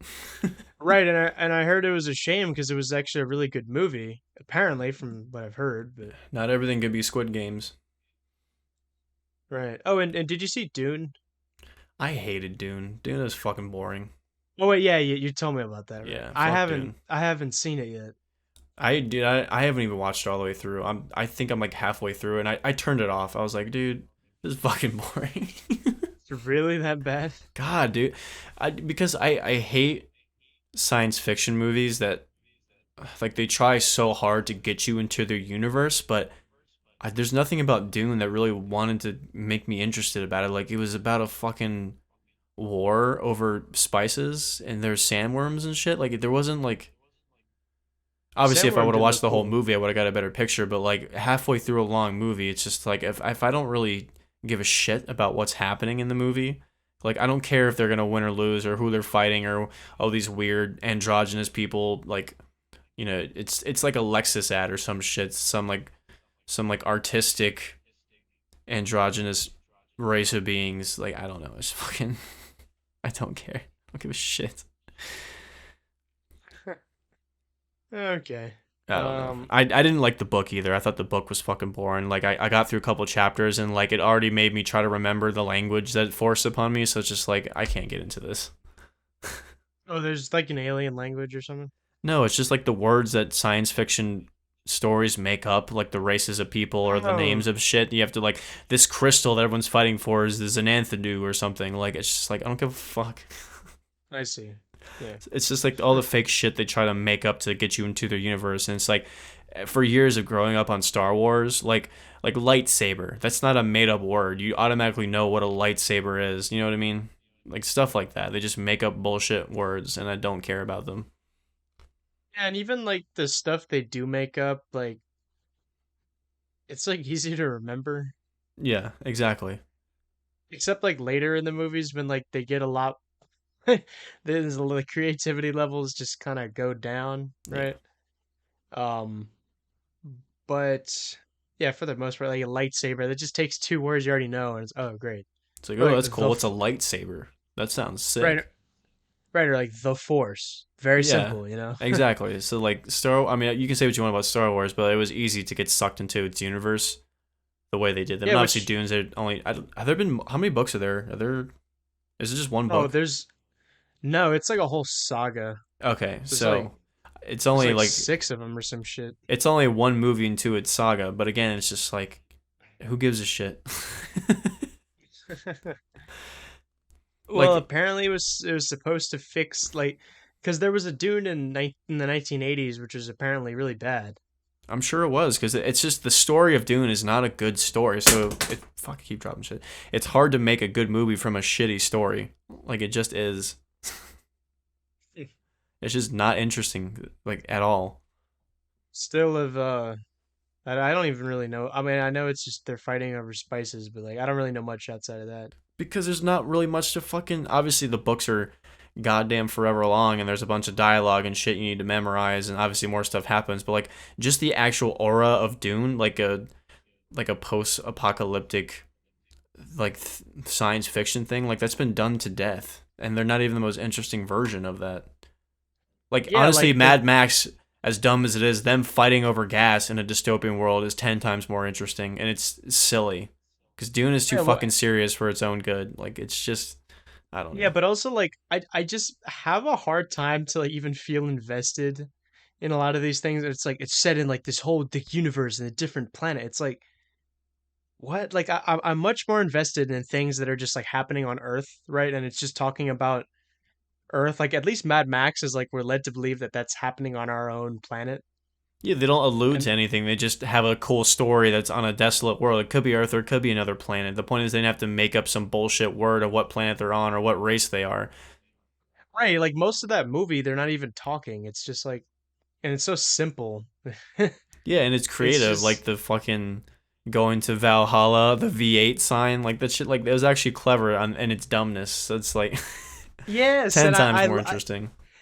yeah, that movie. I think it was a little bit overrated, but I did really like it, and I loved it. Had this, yeah, like it has that little layer of like cleverness and like quirkiness to it that isn't cringe, because things try to be like, ooh, we're like quirky and zany, and it's Yeah, totally just it's bad, right? But with Mad Max, I love like just the crazy shit, like that guy playing electric guitar, like yeah, like on strapped to the bungee car. cords on That top of the car, and the guy banging yeah, on that like was the Tower of Drummers. yeah, that was so cool, man. Yeah, And it the was visuals are funny. awesome, and that's the thing about Dune. The visuals running the coal, even the giant sandworm thing, which is apparently the people jizz over this fucking worm that's in Dune, but like even the worm didn't look that cool. Oh, really? Like it looked like the end of a mushroom, like a giant dick mushroom. Like it just, I don't know. Yeah, I'm looking at it right now. Um, yeah, the concept art looks pretty cool, but in the movie it doesn't really look that cool. Yeah, But yeah, but like Apocalypto too. Another example, like it's very simple. You get what they're fighting over. That's it. yeah, You understand what's happening. yeah, pretty much. Yeah, I have that problem too with science fiction, and I understand why it appeals to certain people, right? And it can be done well. I'm trying to think Well, that like was my problem with it. It took half the movie just to set up the fucking story. Like they had to oh teach you really? all the shit. It had to fucking show you who was who, what the characters are, and then like it didn't like. That's why I turned it off because it's like, is this gonna go to anywhere cool? And like I don't even care if it does. Like I don't give a fuck. Like they've already explained enough for me to know I'm not gonna be interested in the story, and I just shut it off. It's so I still boring. haven't seen it. I might. Would you be willing to do it for the podcast? I'll watch it for the podcast. I want to finish the movie because it'd be really funny if I actually watched the whole thing and I liked the parts that I didn't watch and I'm like, oh, I wish I would have finished this. So that might happen. But yeah, I'll do it. But it's a long fucking movie, and like I Yeah, said, no, half of that's it's boring. turns me off. Yeah, I mean, the only reason I want to see it is because of the director, because I'm a big fan of his other. So, well, so yeah, post-apocalyptic stuff. Well, it's not exactly post-apocalyptic. It's like near future by the same director is Blade Runner 2049. That's a fantastic movie. Yeah, You've seen that, right? I have. Yeah, I love the concept of Blade Runner. yeah. Blade Runner is a fun concept. Or also Repo Man. That's also a great dystopian movie. Oh, I'm sorry, Repo. Demolition Man, but also Repo Man too, with I've Wesley not seen Snipes that. and Sylvester Stallone. And I hate Sylvester Stallone as an actor, but I fucking love him in this movie. Have you seen the Rambos? I've never seen those. No, I never was really interested in watching the Rambos. Like I said, I wasn't really a fan of those kind of action movies. They just never interested me, except for the John Wicks. But the John like that's like the exception. I love those that concept and just the way like you can just where it's just action. It's a very interesting concept. Yeah, Even though like on paper it's really not. But I just love how like you can get creative with all these action sequences and stuff like that, and it's very simplistic. I love Predator for that reason. I Um, love the Predators. I know we were talking about it before. Did you ever watch the last one, Prey? no, and you were telling me about that. That did seem very interesting. Dude, there's so I'm gonna write this down. There's so many movies that I want to do for the next one. So we got Yeah, we gotta make the list. yeah, we'll make the list. We got Dune, Prey, and then we'll just watch Oppenheimer in movie in the theaters. I don't even know if I want to review that one, or maybe we should. I don't know. Depends. Oppenheimer. If it's good enough, we'll do it. But if it sucks, I don't want to talk about it. Right, yeah, like we'll see it anyways, but Yeah. yeah. But And then what else did we do? Okay, we did Apocalypto. That I think we kind of I wanted to do this for a while. Um, I wish I would have watched it for the there's first time. Honestly, I'd be yeah, more well, excited. you still it was a long time. I mean, even just in the span of a year, love it so much more and see it in a completely different view. It's one of those movies you can just keep watching again. It's just like if like you're in a hotel room and you can't find anything to watch, like oh I'm definitely gonna watch this. So yeah, it's so entertaining. Just Yeah. in terms of pure entertainment, it's like a 10. Easy 10. Um Apocalypto. yeah, and I love the word too of just that ominousness. The apocalypse is nigh. Right. Um yeah, and I just love how like the apocalypse yeah, and I know it was like a cringe thing, and like when they did it in all the 2012 stuff, it's like, oh yeah, like it's the Mayan calendar or whatever. Remember like when Assassin's Creed just like retcon that into the story to tie in with that whole trend. Yeah. That was just cringe. Because I mean, it Um, was it was smart because fucking morons legitimately thought that it was gonna be the end of the world because they ran out of yeah, stone. wasn't there that movie called 2012? I actually don't mind that movie. I maybe it's because I I watched that haven't movie when I seen was it. really young. I thought it was a good movie. I don't know. Is it just about that, like the end of the world?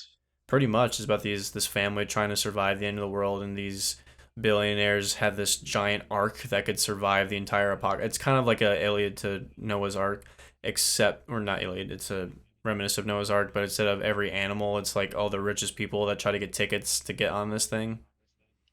I see. Um, so I thought it was a good movie. The visuals were cool for the time that it was made. So I don't know. It's not like a movie that's the story is whatever, but the actual just the way things happen is cool. I guess is the best way I can describe it. Right, and like the concept and everything. Yeah, I mean, like I said, it's a Noah's Ark kind of story, just about the apocalypse. But I just think it was cool. I don't know. I haven't seen Hold it up. in years, so I wonder watching it back if it'll be stupid. But Hold up, I'm coming right back. I want to get some water. God, why do you always leave me in a fucking monologue? It's so irritating. Entertain them. God, more and more since we've done these, the Will just leaves in the middle of shit. His time is the only one that's worth it, apparently. But 2012 was a great movie, but I still don't even remember who starred in it. Who was the main actor of 2012? John Cusack. Okay. John Cusack, Woody Harrelson.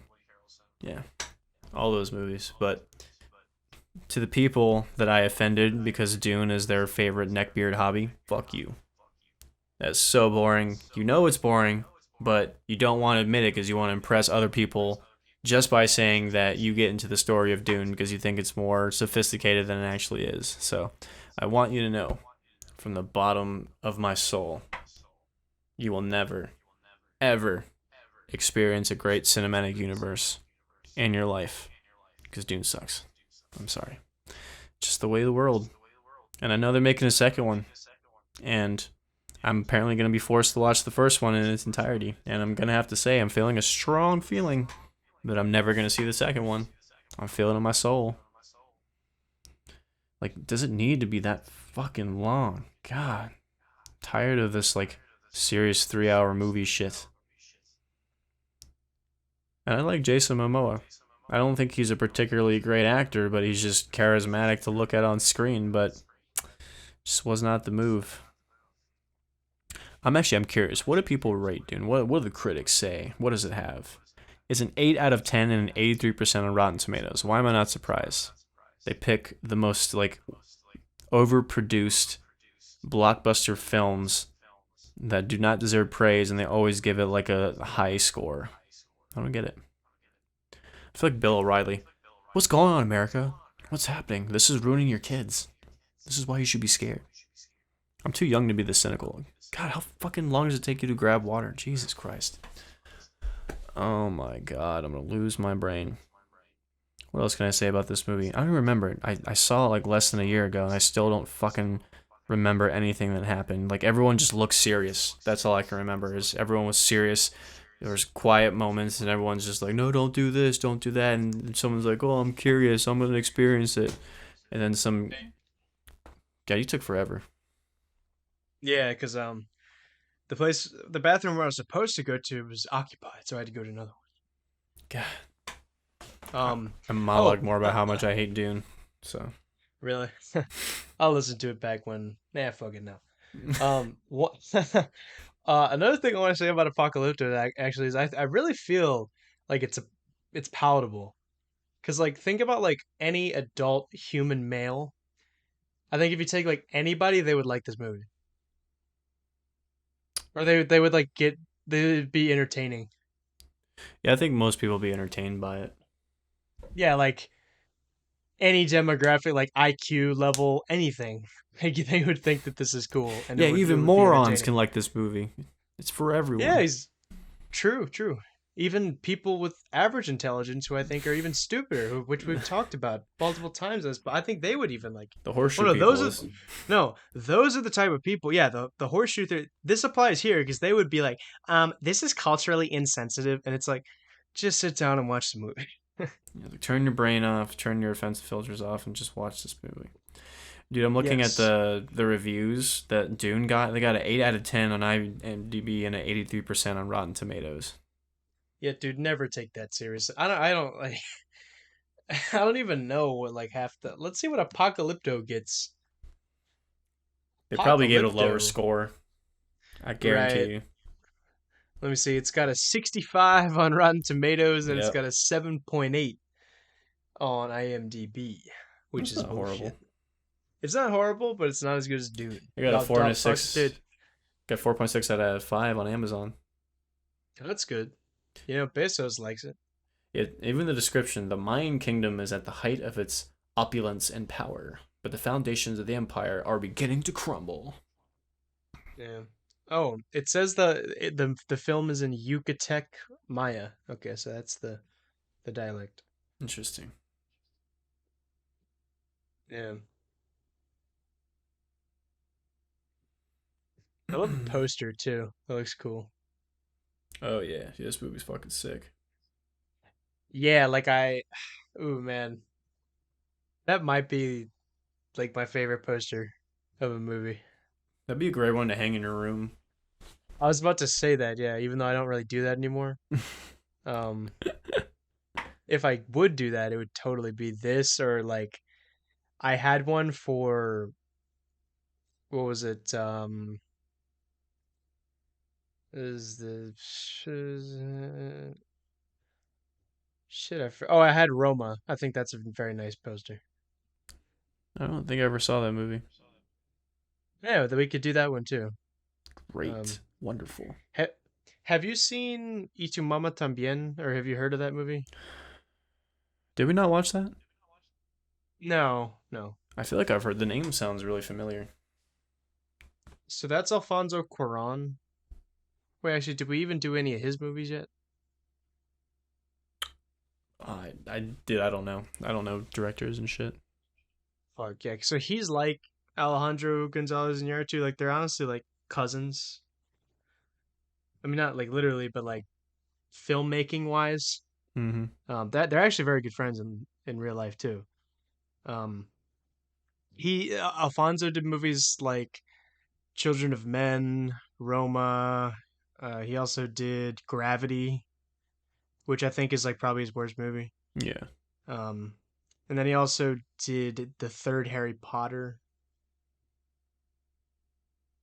and then his first movie was Y tu mamá también, which means and your mom too, Hell right? yeah. And it is a Mexican uh raunchy road comedy. Okay. I'd actually be kind of curious to It's see that. yeah, it's pretty controversial. It's very gratuitous. Um,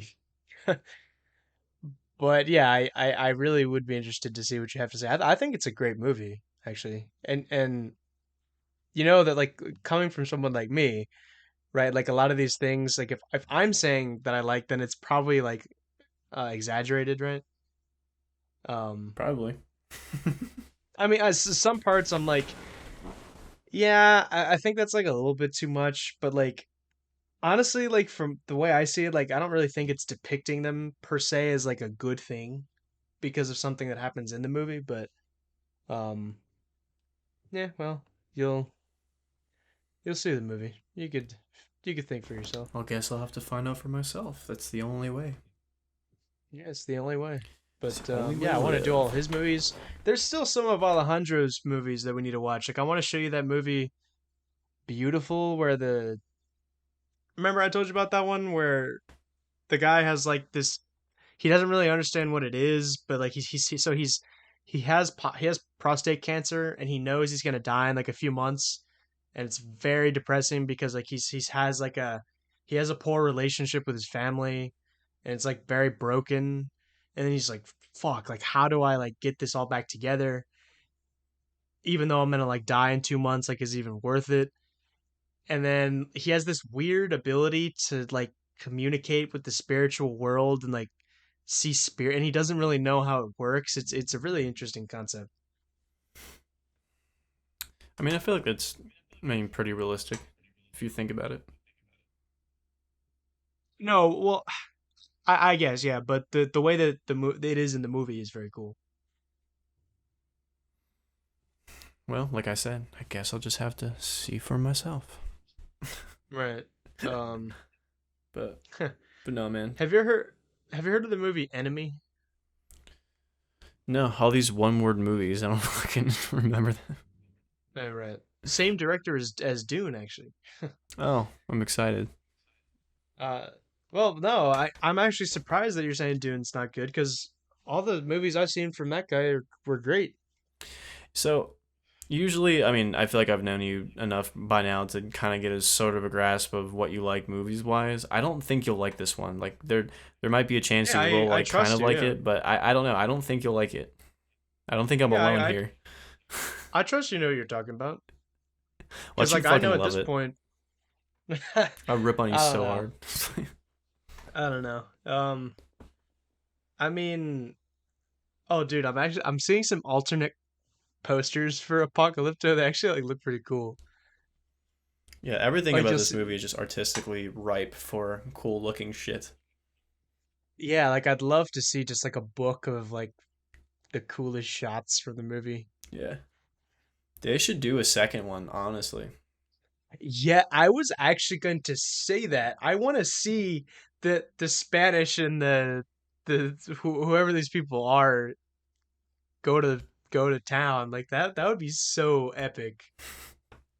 Dude, him fighting, him getting captured by the Spanish and having to fucking escape them. It's just like, oh, brother, what are you gonna get into next week?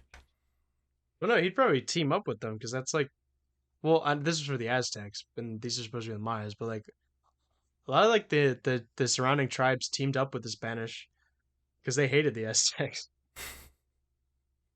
They're like, we're tired of you like stealing all of like just coming periodically and just like raping and killing us. Yeah, that would be a point of contention, but I still don't think I don't know he would be with the Spanish. For the movie, he has Uh, to escape them. You know. Well, maybe it could be like something like he's like he's intimidated and like escapes from them initially, but then over like he sees that they're like a threat to like the Aztecs or whoever they are, right? So then he's like, all right, yeah, I'll team up with them. I mean, because that's what happened in real life, But remember, this is not supposed to be historically accurate. right? But it is drawn from these kind of things. Yeah. But no, that'll be. Yeah, but I'm waiting. I'm ready for it. I would love to. That would be so cool, so cool. but Yeah. but yeah, man. Anything Fucking. else to say about Apocalypto? No, I think we pretty much breathed all the air we could breathe. Yeah, it's energetic, artistic, brutal, eerie. Uh, just a lot of it is just mesmerizing visually. Lots of variety. The characters and the story are very compelling, and it's done and told in a very creative way, right? Yeah. Just the costume design, I can't say enough of how fucking phenomenal it is. Oh yeah, dude, it's pretty sick. Oh yeah, like all the tattoos and the bones and like the piercing. It's so cool looking. Yeah. Yeah, I wish Um I wish I was born back in that day. I wonder. I always thought how long I would survive if I was like a fucking like jungle hunter warrior. Like how long would it take for me to get fucking sniped with an arrow? yeah, I mean, well, I guess yeah, that could happen to everybody, but Literally I mean anyone. if Anyone can get it. yeah, what's the word? I forgot to like describe how like cuz like when you ask someone it's like, well, like was life way back whenever like was it that much better or worse? And they'll say like they were much more like it was much more. I forget what the adjective it's like the word where it just means like the environment is much more prone to just like oh fuck you died, Yeah. like due to not necessarily like war or like man versus man conflict, but just man versus nature conflict. Like oh fuck this, I just got this disease. Oh yeah, I'm dead. Don't go Forgot what the outside. word was, but yeah. Honestly, a lot of times I'm like, how did we continue as a species sometimes? People be fucking, man. There's just too much fucking. True, true. People were just born to survive nature and then pass it down to us lovely people, of which we are so intelligent and sophisticated today. Yeah. Yeah, right. But I don't know.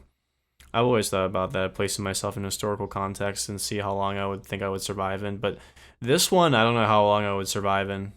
Like inherent danger, just fucking everywhere. Like I feel like I would die pretty early.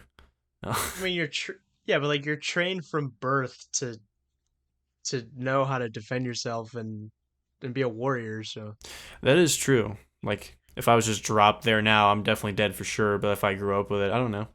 I feel like I I mean, have yeah, it a doesn't make it like any. I mean, it's still hard, but like the yeah, just like the pain is like like your pain tolerance would be a lot higher. yeah.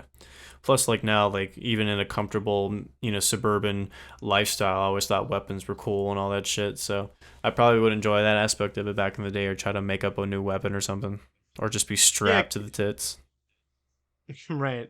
Yeah, because guys like do have we just kind of like naturally like weapons and stuff like that and like and like warlike stuff. Yes, when I see a grown ass man with a shirt from Express that's scared of guns, I'm gonna slap you in the dick. Right. But no, I um mean, I don't know. yeah. That would be really Great fun to movie go back in Apocalypto. time with a gun and just like change any part of history you want. Fuck you, fuck you, fuck you, fuck you, reload, fuck you, fuck you. Yeah, if you can go back with like any technology like that, honestly. Man. Like, oh, no fucking American Empire. Boom, boom. Ooh, I'm seeing this one article where it refers to Apocalypto is Mel Gibson's Mayan masterpiece. I like that. Mayan masterpiece. And I love the alliteration of Mel Mayan masterpiece. Yeah, alliteration is fun, I guess. I guess. Yeah. Or Apocalypto in the exhaustion of culture. The exhaustion of What is culture. what is exhaustion? I, Like I like don't to know. exalt or like is praising it? Or... Exalt. Exaltation. I have no idea. I've heard of. Mm. See, that's what I'm saying. I wish I would Sacrificed on the altar of Mel Gibson, the bloody twisted history of apocalypse. Yeah, but it's like to this is kind of this is what the fucking like as it's based on like the Aztec shit. Like guys, just sit down and watch the movie. Like they're not saying that like the people who like are live in these countries now are like this is who they are. Like no, it's just like guys, just it's just a mismatch of folklore and fiction. Just enjoy it. Exalt is to that's a good raise way and to ring power and character. Apparently, by the way, that is a good way to wait. What did you say it was? I said exalt is to raise and rank power or character. I see. So they're saying it is a good thing. But I did It's like your positive. definition. I did like what you said, how like it's a mismatch of folklore and um fiction. I would add to that like history. Yeah, that's what history is. Folklore and Yeah, fiction whatever. from the modern lens. Right. But no, True. I don't know. I mean, I just how are you, especially if like you're in your 30s? How do you look at, especially movies, and be like mad that it's not accurate? Like, what are you, a child? Who gives a fuck? Yo, what are you like actually Mayan? Probably not. Yeah, it's just like, Even like Mayan people, like I'm sure they're not offended by this movie. Like get the fuck out of here. dude, most people that are American don't give a shit about stuff like that. Like you could have somebody go down and be extremely racist or like try to hurt them, and they'll just have some like quote of forgiveness or something, or just some level of apathy, to some extent. So it's just like most people don't give a shit about Yeah, American actually, fucking fake sympathy.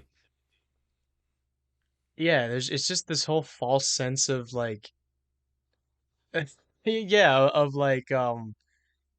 of just like apology for shit that like we never did.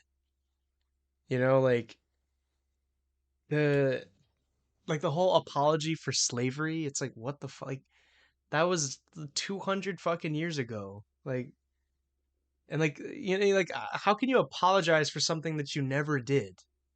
Like all it is just to look to be like just to be like I am a good person. Like that's all it is. It's so bullshit. Well, that one has more political implications, and obviously it's not been smooth sailing since slavery. But I think that like the white people that like go out of their way to point that out every single time, it's just like they don't actually give a fuck. They just don't want people to hate them or turn on them. Like or they just have so much self-loathing characteristics about themselves. And they have to do it out of guilt.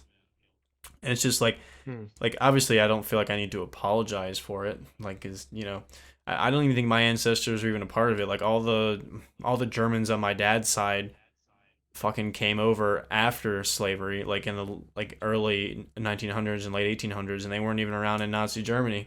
And then on my grandmother's side, they're all Mexican, so it's like I didn't even have ancestors that are like that in the American context. And like on my Right, and mom's it's like side, they're all from Scandinavia and the north, and like Minnesota and that area and shit. So it's like none of my actual history coincides anywhere with slavery. So they can all right, fuck yeah, off. I'm not. I like. right, Yeah. right, and like you said, like with the American sense, like I'm sure like the cultures where they're like that like your ancestors are come from, like at some point in time there was something similar to that, you know, like it gets to a point where it's like let's just move on, you know, like it's totally just like manufactured, it's designed like by scientists to get people angry and just to you know like does nothing good.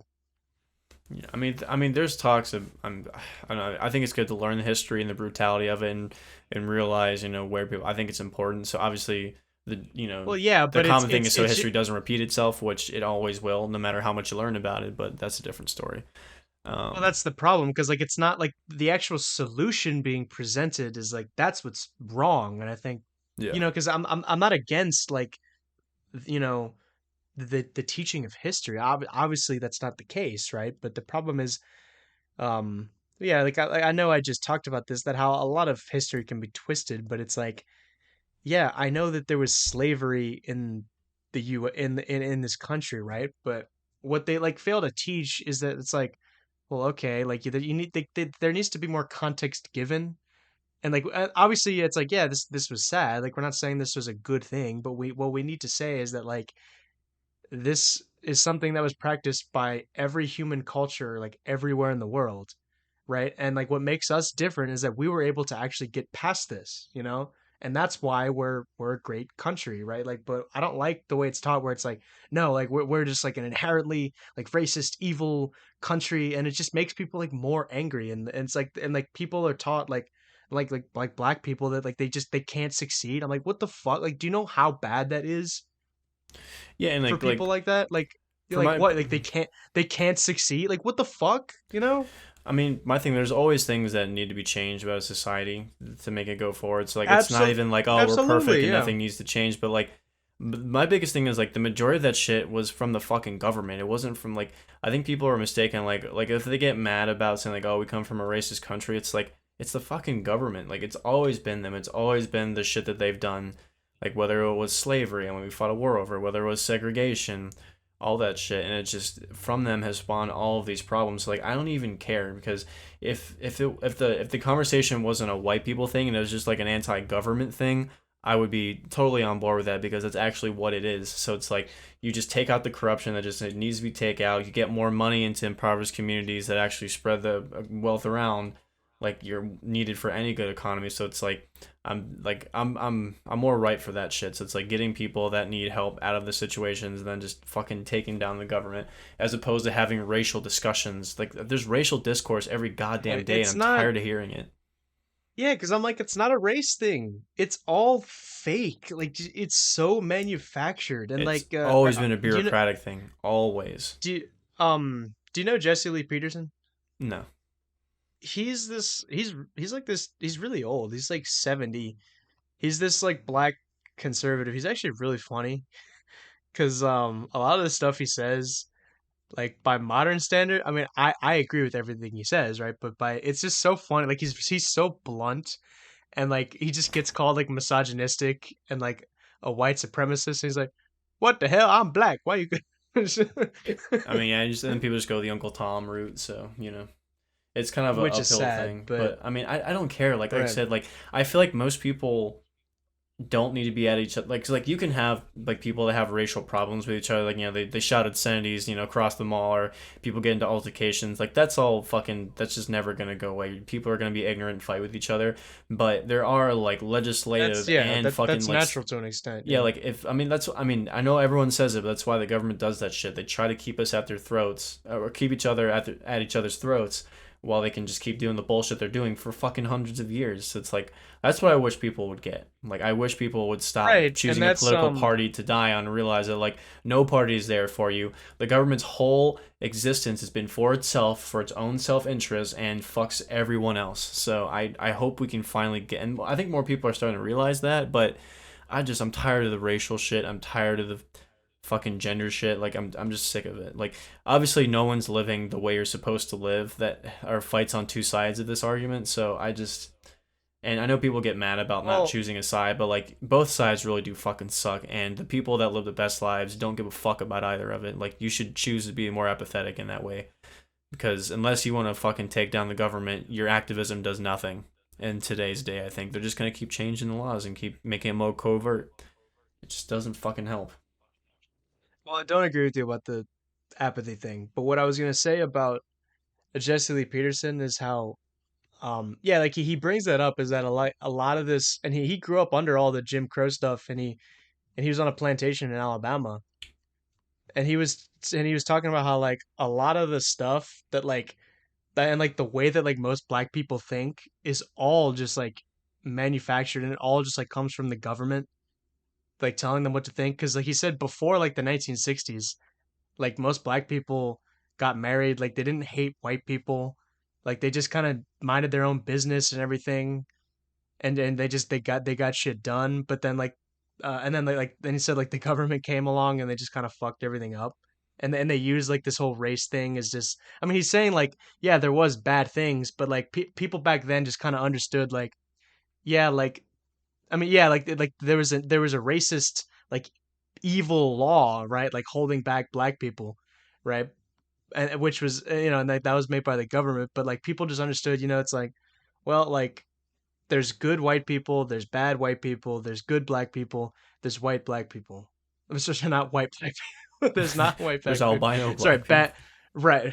Yeah, and he was saying he's like a big believer that he doesn't believe in like any ism. Now I don't exactly agree with him, but he says like, there's no such thing as racism or sexism or any of this nonsense. He's just saying it's just good and evil, right? And the people who make all of these concepts up, they're just forms of evil, and they try to pass themselves off as like I forgot exactly how he I said it, mean, they're but just labels of different types of people. I think you need to label things for what they specifically are, but I don't think yet. I mean, maybe in most people's heads now, it's like racism is the only thing they ever fucking think about every goddamn day.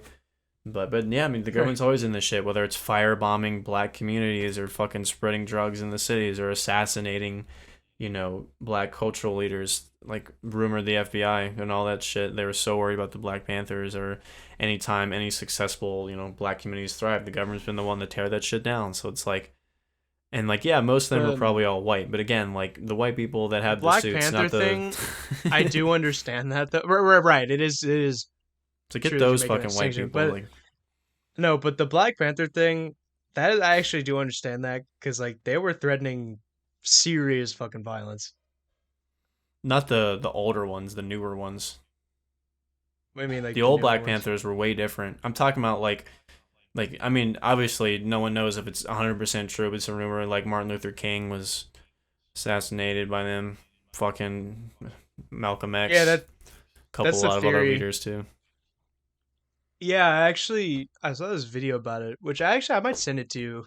It's pretty compelling, the video itself. And it's basically how right, like this whole civil rights thing was, I mean, it's all like a scam, right?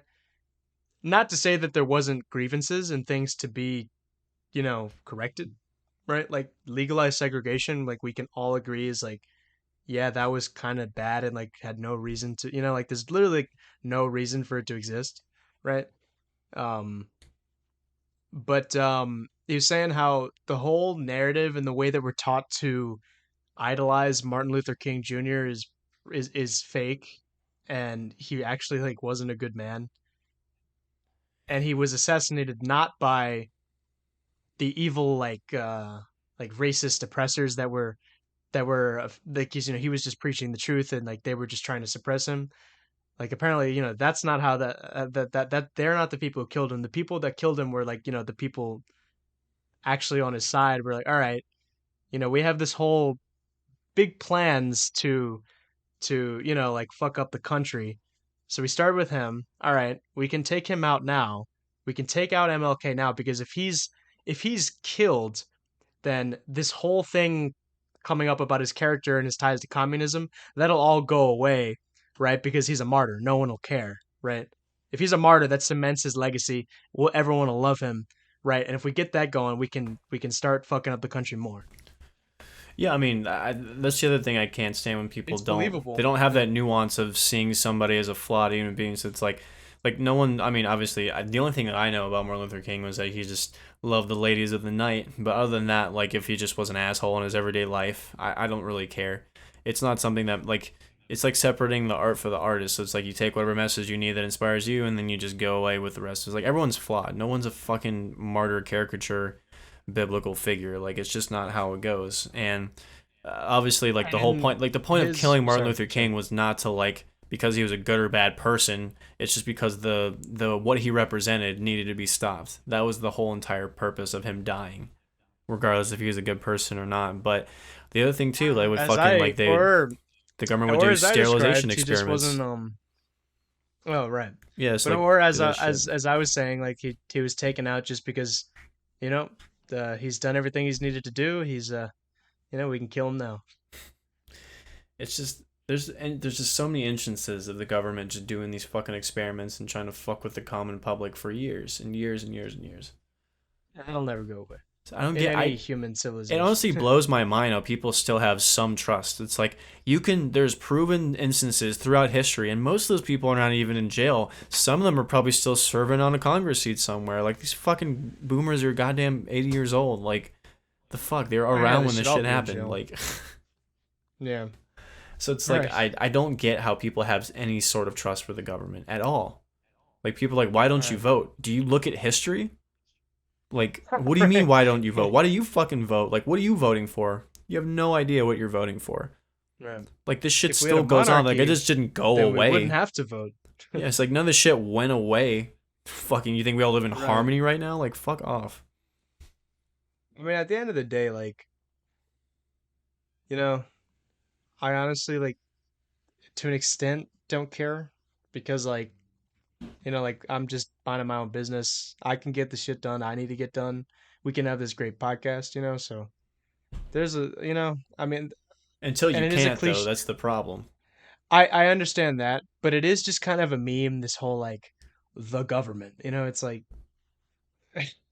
dude, I don't know. It's true, man. I mean, like you since the beginning of our inception, like there's always just been bullshit every. I mean, obviously that's with everything, but that's why I don't get understand people like, oh well, there's people that are trying to change it and help it. It's like it doesn't matter.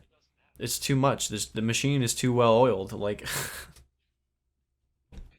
The it's just machine's too not well. like I said. Like I know I've said before, until you start, making car bombs and fucking start spraying, like there's nothing you can do until it just gets replaced with the next shitty round of people in suits. Like it's just never gonna stop. So that's why I'm saying you just gotta be more apathetic to it. Just fucking don't let the shit affect your daily life all the time. Obviously, until it becomes a problem. So like people are trying to prevent all this from happening, but there's just no way. It's just gonna happen. So you just gotta learn how to revolt against it, or just play the game. Whatever compromise you personally feel is better suited to yourself. Yeah. Um. Yeah, and like what you're saying about like Martin Luther King, the whole like separate the artist, like the art from the artist. I do agree with you there because like um his whole like I have a dream speech, even if it was apparently plagiarized or whatever, it does have a good message, that we can all be like, yeah, like that's a positive. Like there's no, like when you compare that to like all the race stuff now, which is just like this whole like F white people, like, and everything, and it's like that's not productive, whereas like you look at Martin Luther King and how he's like, I hope that like one day that, the sons and daughters of slave owners will come together with the sons and daughters of the slaves, and we'll forget our differences, and we'll just come together. Like that's something where we can all just be like, yeah, that's good, and that's productive, whereas now it's just all fucked. Who do they think that he plagiarized that from? I forgot who it was, but actually, like, apparently it's legit. I I needed don't to know. go back and check, but I mean, it's just um, like everything. Everybody plagiarizes something. No one's totally original these days.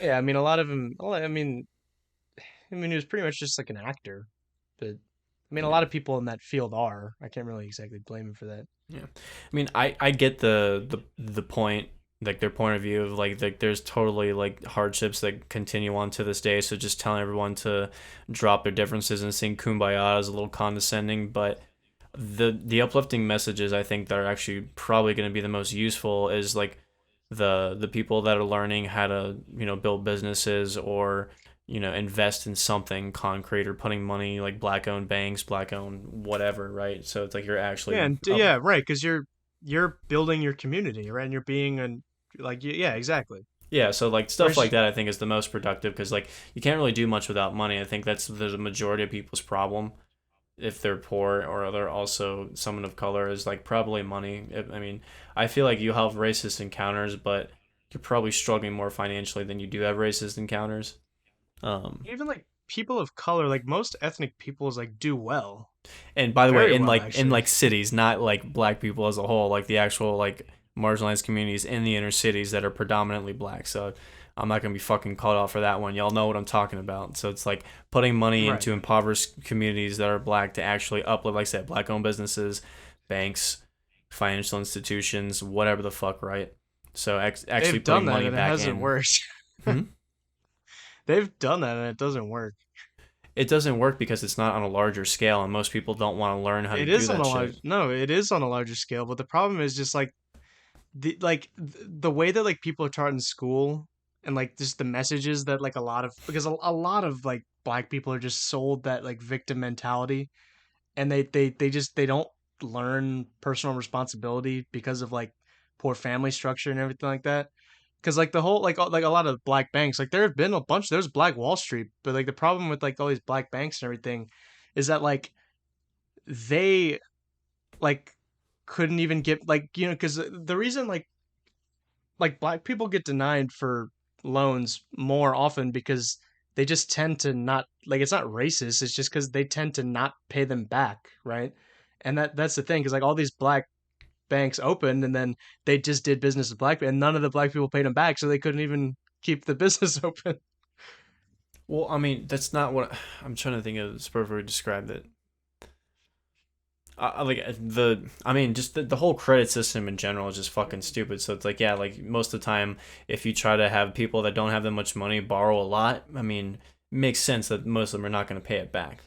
I'm saying like I guess black owned banks was a bad example. Just any sort of like business opportunity or just money in the infrastructure. Like most of the time, like the infrastructure in these parts is awful and there's no opportunities. That's why most people turn to crime or Well, drugs or something else because there's no fucking opportunities to do anything around here. It's just so prevalent and no one gives a fuck. Like the city doesn't actually give a shit because they need them. They need that. They need the fear of the other people that make money to vote for them. So it's like they're never gonna solve this problem. So but my right, point is just like you have to be financially the independent to problem do anything. right, but like a lots of these can just be solved by like personal choices and just like letting go of like resentment and victim mentality, right? Like I mean, if you look at like black people that like come from Africa, like they look the same as black people here, and they do 10 times better, right? Yeah, but there's so many different cultural differences and infrastructure differences because not like you look at a lot of places in Africa that don't have good infrastructure. A lot of those guys get sucked into the fucking militias, and a lot of them they're still fighting and killing each other. Like even more worse. Well, Like when they there's a school in Kenya that can get 200 kids shot up. For, like you know what I mean? Like it just depends on well where no, I you mean are. when they come here, I'm not talking about in their countries. I'm like immigrants typically do well in this country. Okay, so I feel like I, It's just attitude, really. That's all I think it really is. I mean, I know that there's other factors, but it's just generally speaking, like these like lack of opportunity. It's like there's opportunity. Like this, have you seen the country we live in? Like there's always going to be work not opportunity. where they live though. Like there is opportunity in this country, but you have to have money. It is very difficult to have a lot of Well, what are opportunities you if you trying don't to have do? money. You don't. Well, what do you what like money for what? Money to just survive in the first part. Like what? Like do you really think No, you that? don't. You can literally go to do trades. Like it's not that hard. Like, sorry, it's not complicated, is what I'm saying.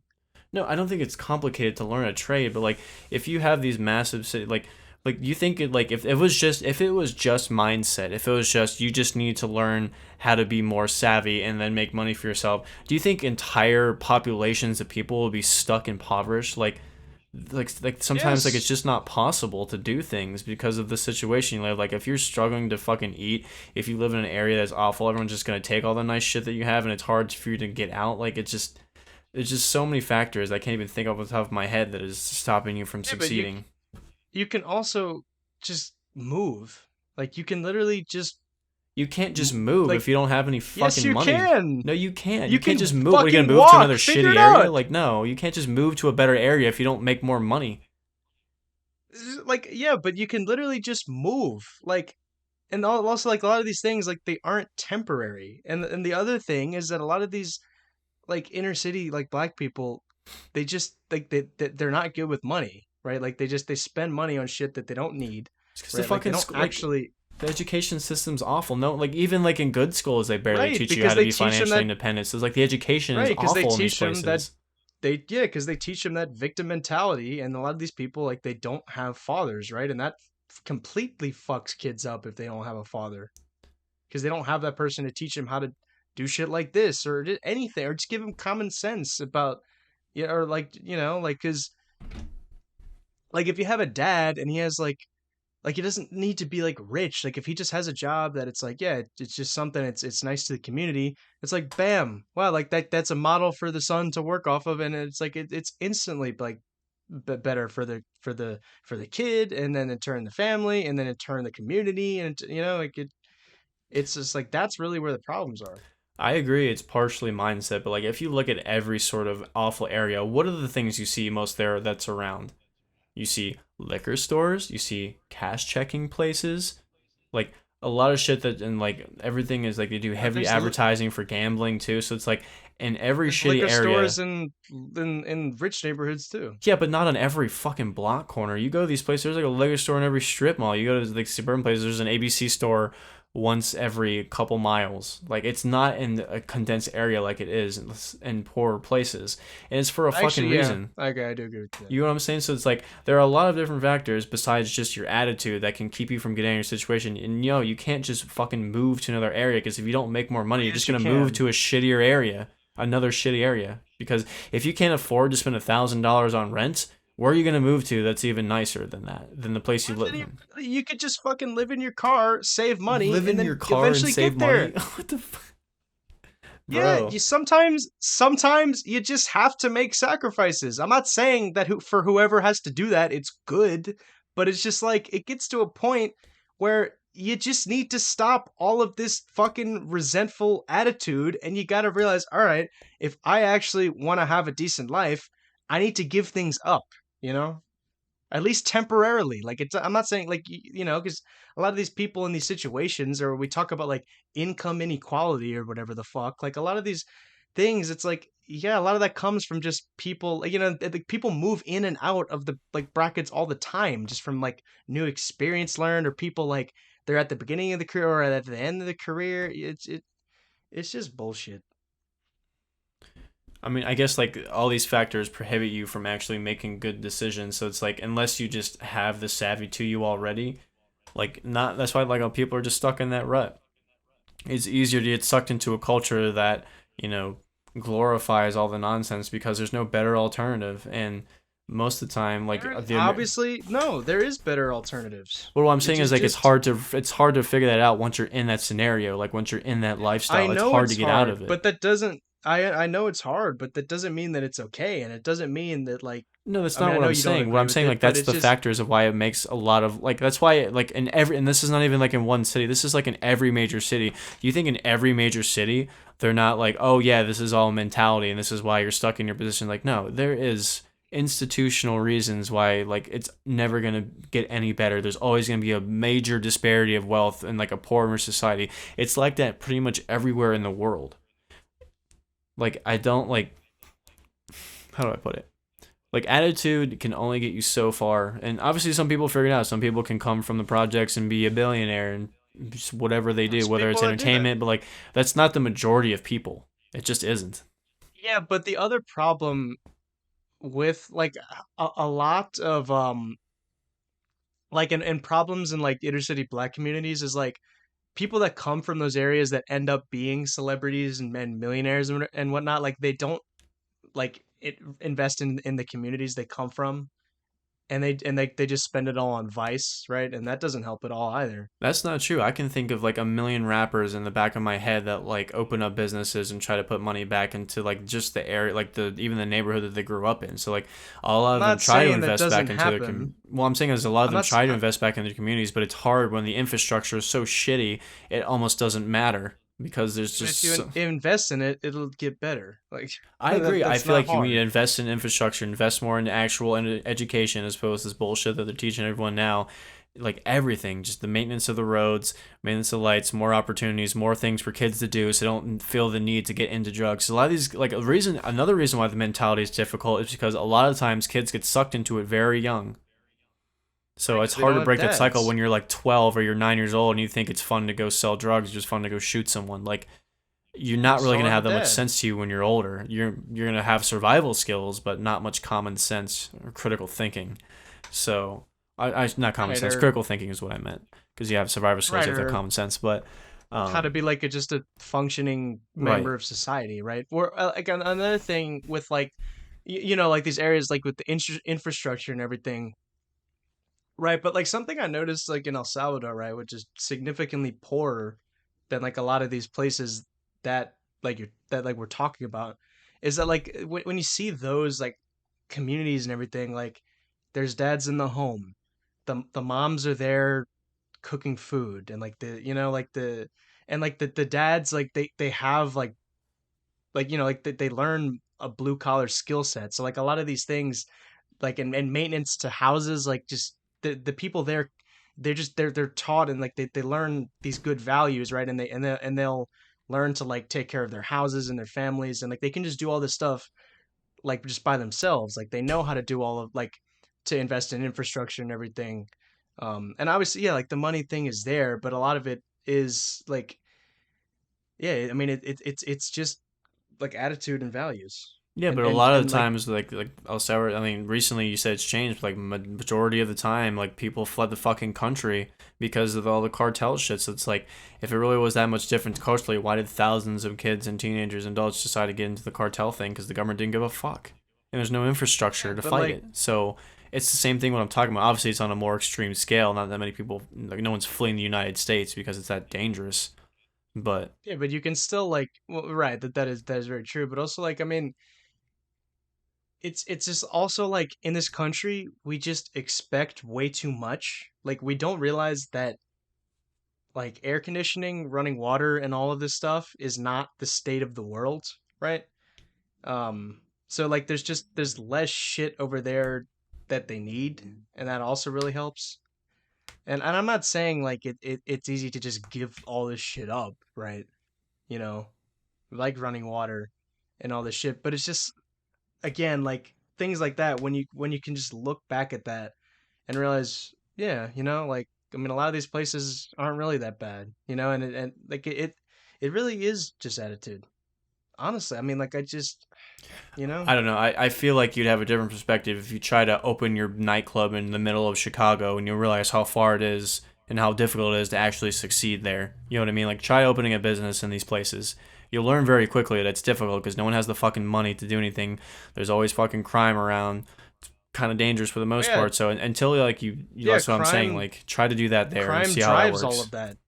Crime drives all of the poverty and stuff like that because when all that happens, like values go down, like businesses can't maintain themselves because they're constantly being robbed from. Well, that's what I'm saying. So how are you supposed to do anything? How are you supposed to build wealth in that community if you can't even run a business without the fear of being fucking robbed and shut down all the time? So that's what I'm Like saying. I It's like said, it's just it's difficult. just attitude and values. Like it gets to a point where it's like, yeah, I'm not gonna rob a store, or I'm not gonna hold grandma at gunpoint, Like I don't like this like left wing concept that like every criminal is just like this innocent like Aladdin type figure that's just trying to feed little children. Like that's all bullshit, Yeah, no, that you is know? bullshit. I do agree with you there. But again, like it's so ingrained into the culture, but not everyone is like that for that reason. A lot of times, I'd say most of it's out of desperation. But yeah, I mean, obviously you have people that are just fucking psychos and are just gonna run around and fuck shit up for no reason. But again, like you don't really Yes, give and too much like incentives for people that aren't like that to build up the community because it's so ingrained now. So even if you try to do the right thing, it's almost like it's not impossible because promoted, yeah. the infrastructure is shit. There's no resources for anybody to do anything.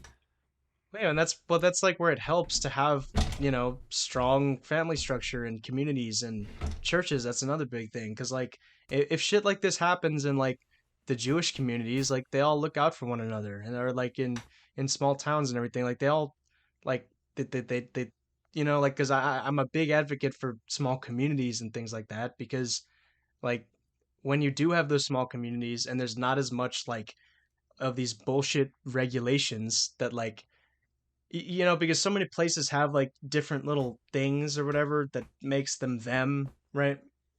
And then when you have all of these like business regulations and everything, like like that is probably going to affect, like it'll affect this one area more, or better or worse than this other area, right? Whereas like if you just leave all of that fucking behind and you just let these people, like because I mean a lot of times like these people, especially in like this country, really can like run their own little communities by themselves. I mean you see this, right, like with the Jews, with like a lot of these ethnic communities that come here, right?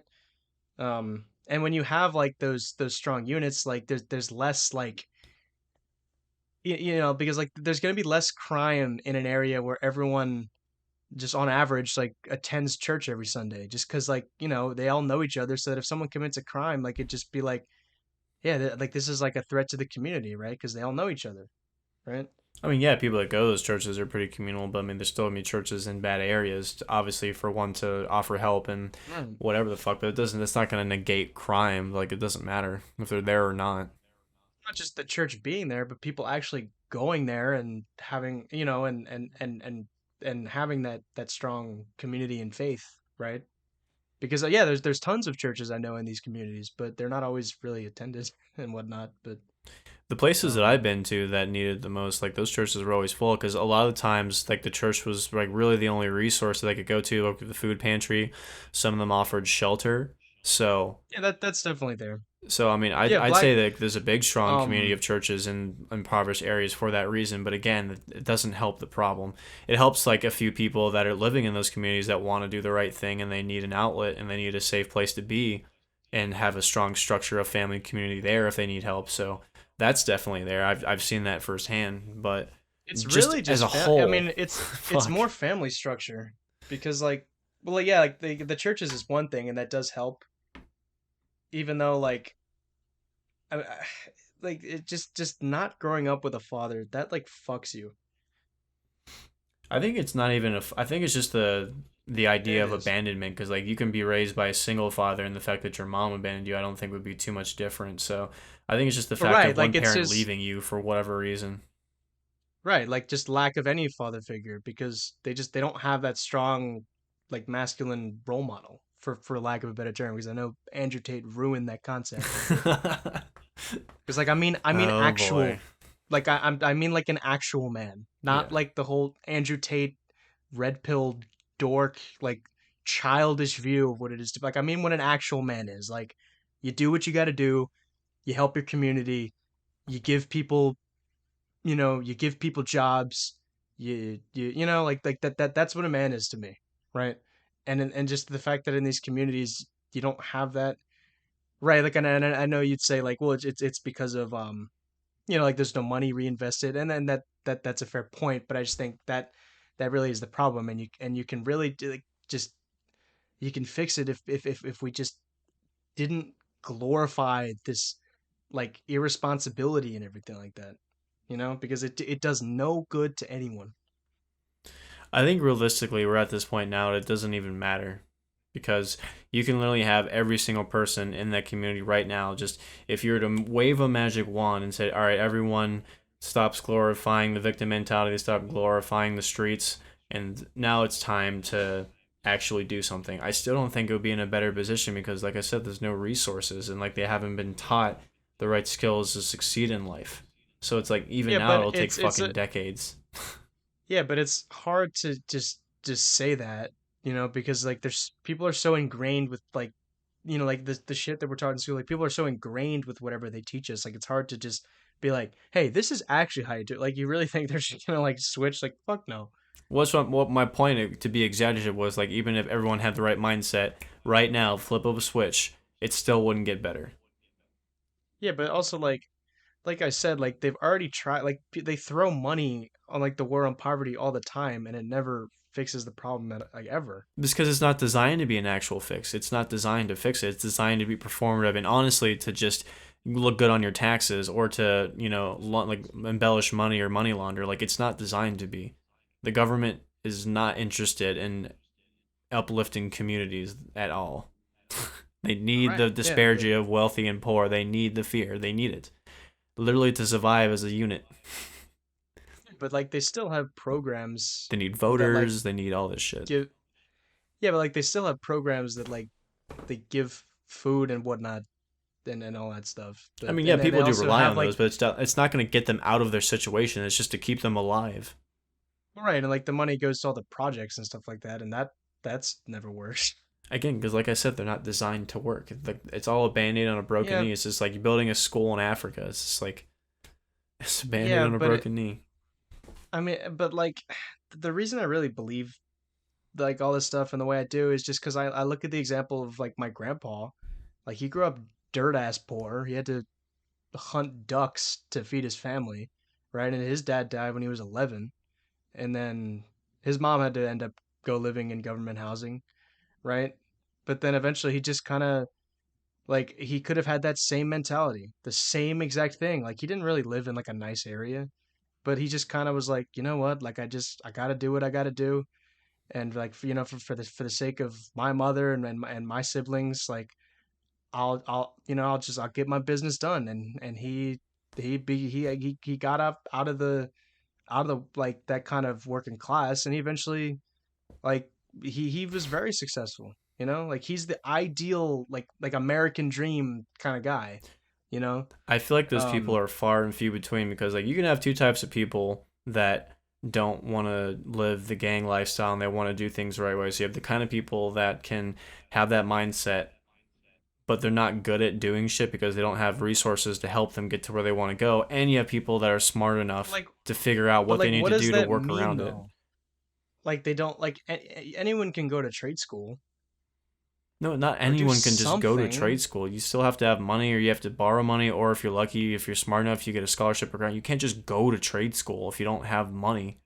You have to For be certain lucky to do jobs, I'm that. sure they let you do it, but even so, you can just work, save some of the money to pay off the shit. Like it's just Yeah, if you get approved for a loan, anyone it can just do depends. it. No, not anyone can do it. No, I'm not talking about a loan. I just mean you're saving up money by just delaying certain gratifications. Like people think that like all these expenses like you need like you really don't, right? Like it's not hard to save money, It right? is if you're And then struggling to fucking survive and all your money goes to survival. You can't save any money, especially with things getting the cost of living ever getting more expensive. So it's like it's more difficult to survive on whatever job that you have. Like people are working right, and multiple jobs and can barely survive. So it's like they don't have that's the why money to eat. again you need strong families. Everyone has fucking money to eat. That's bullshit.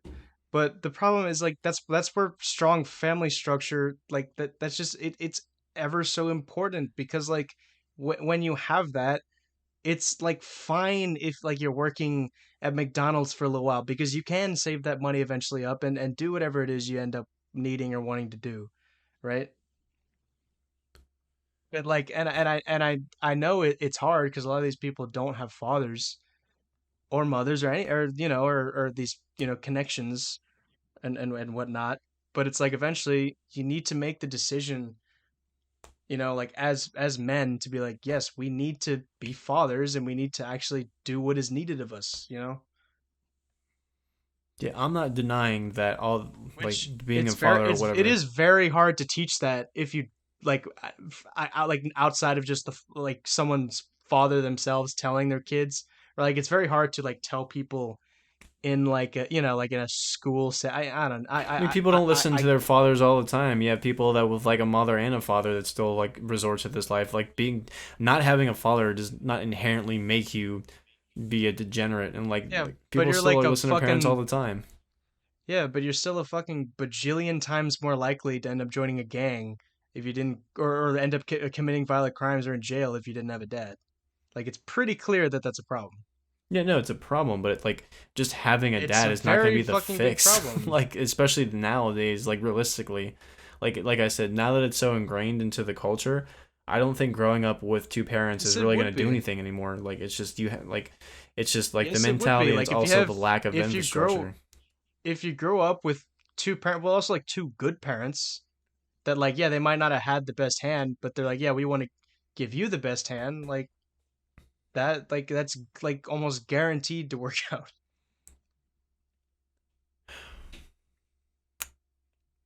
I don't know. I just don't think it'll ever get better, whether it's people with families or not, because of the way that That's everything's not just a, getting more but that's not a good expensive. way to look at it because it can be fucking better.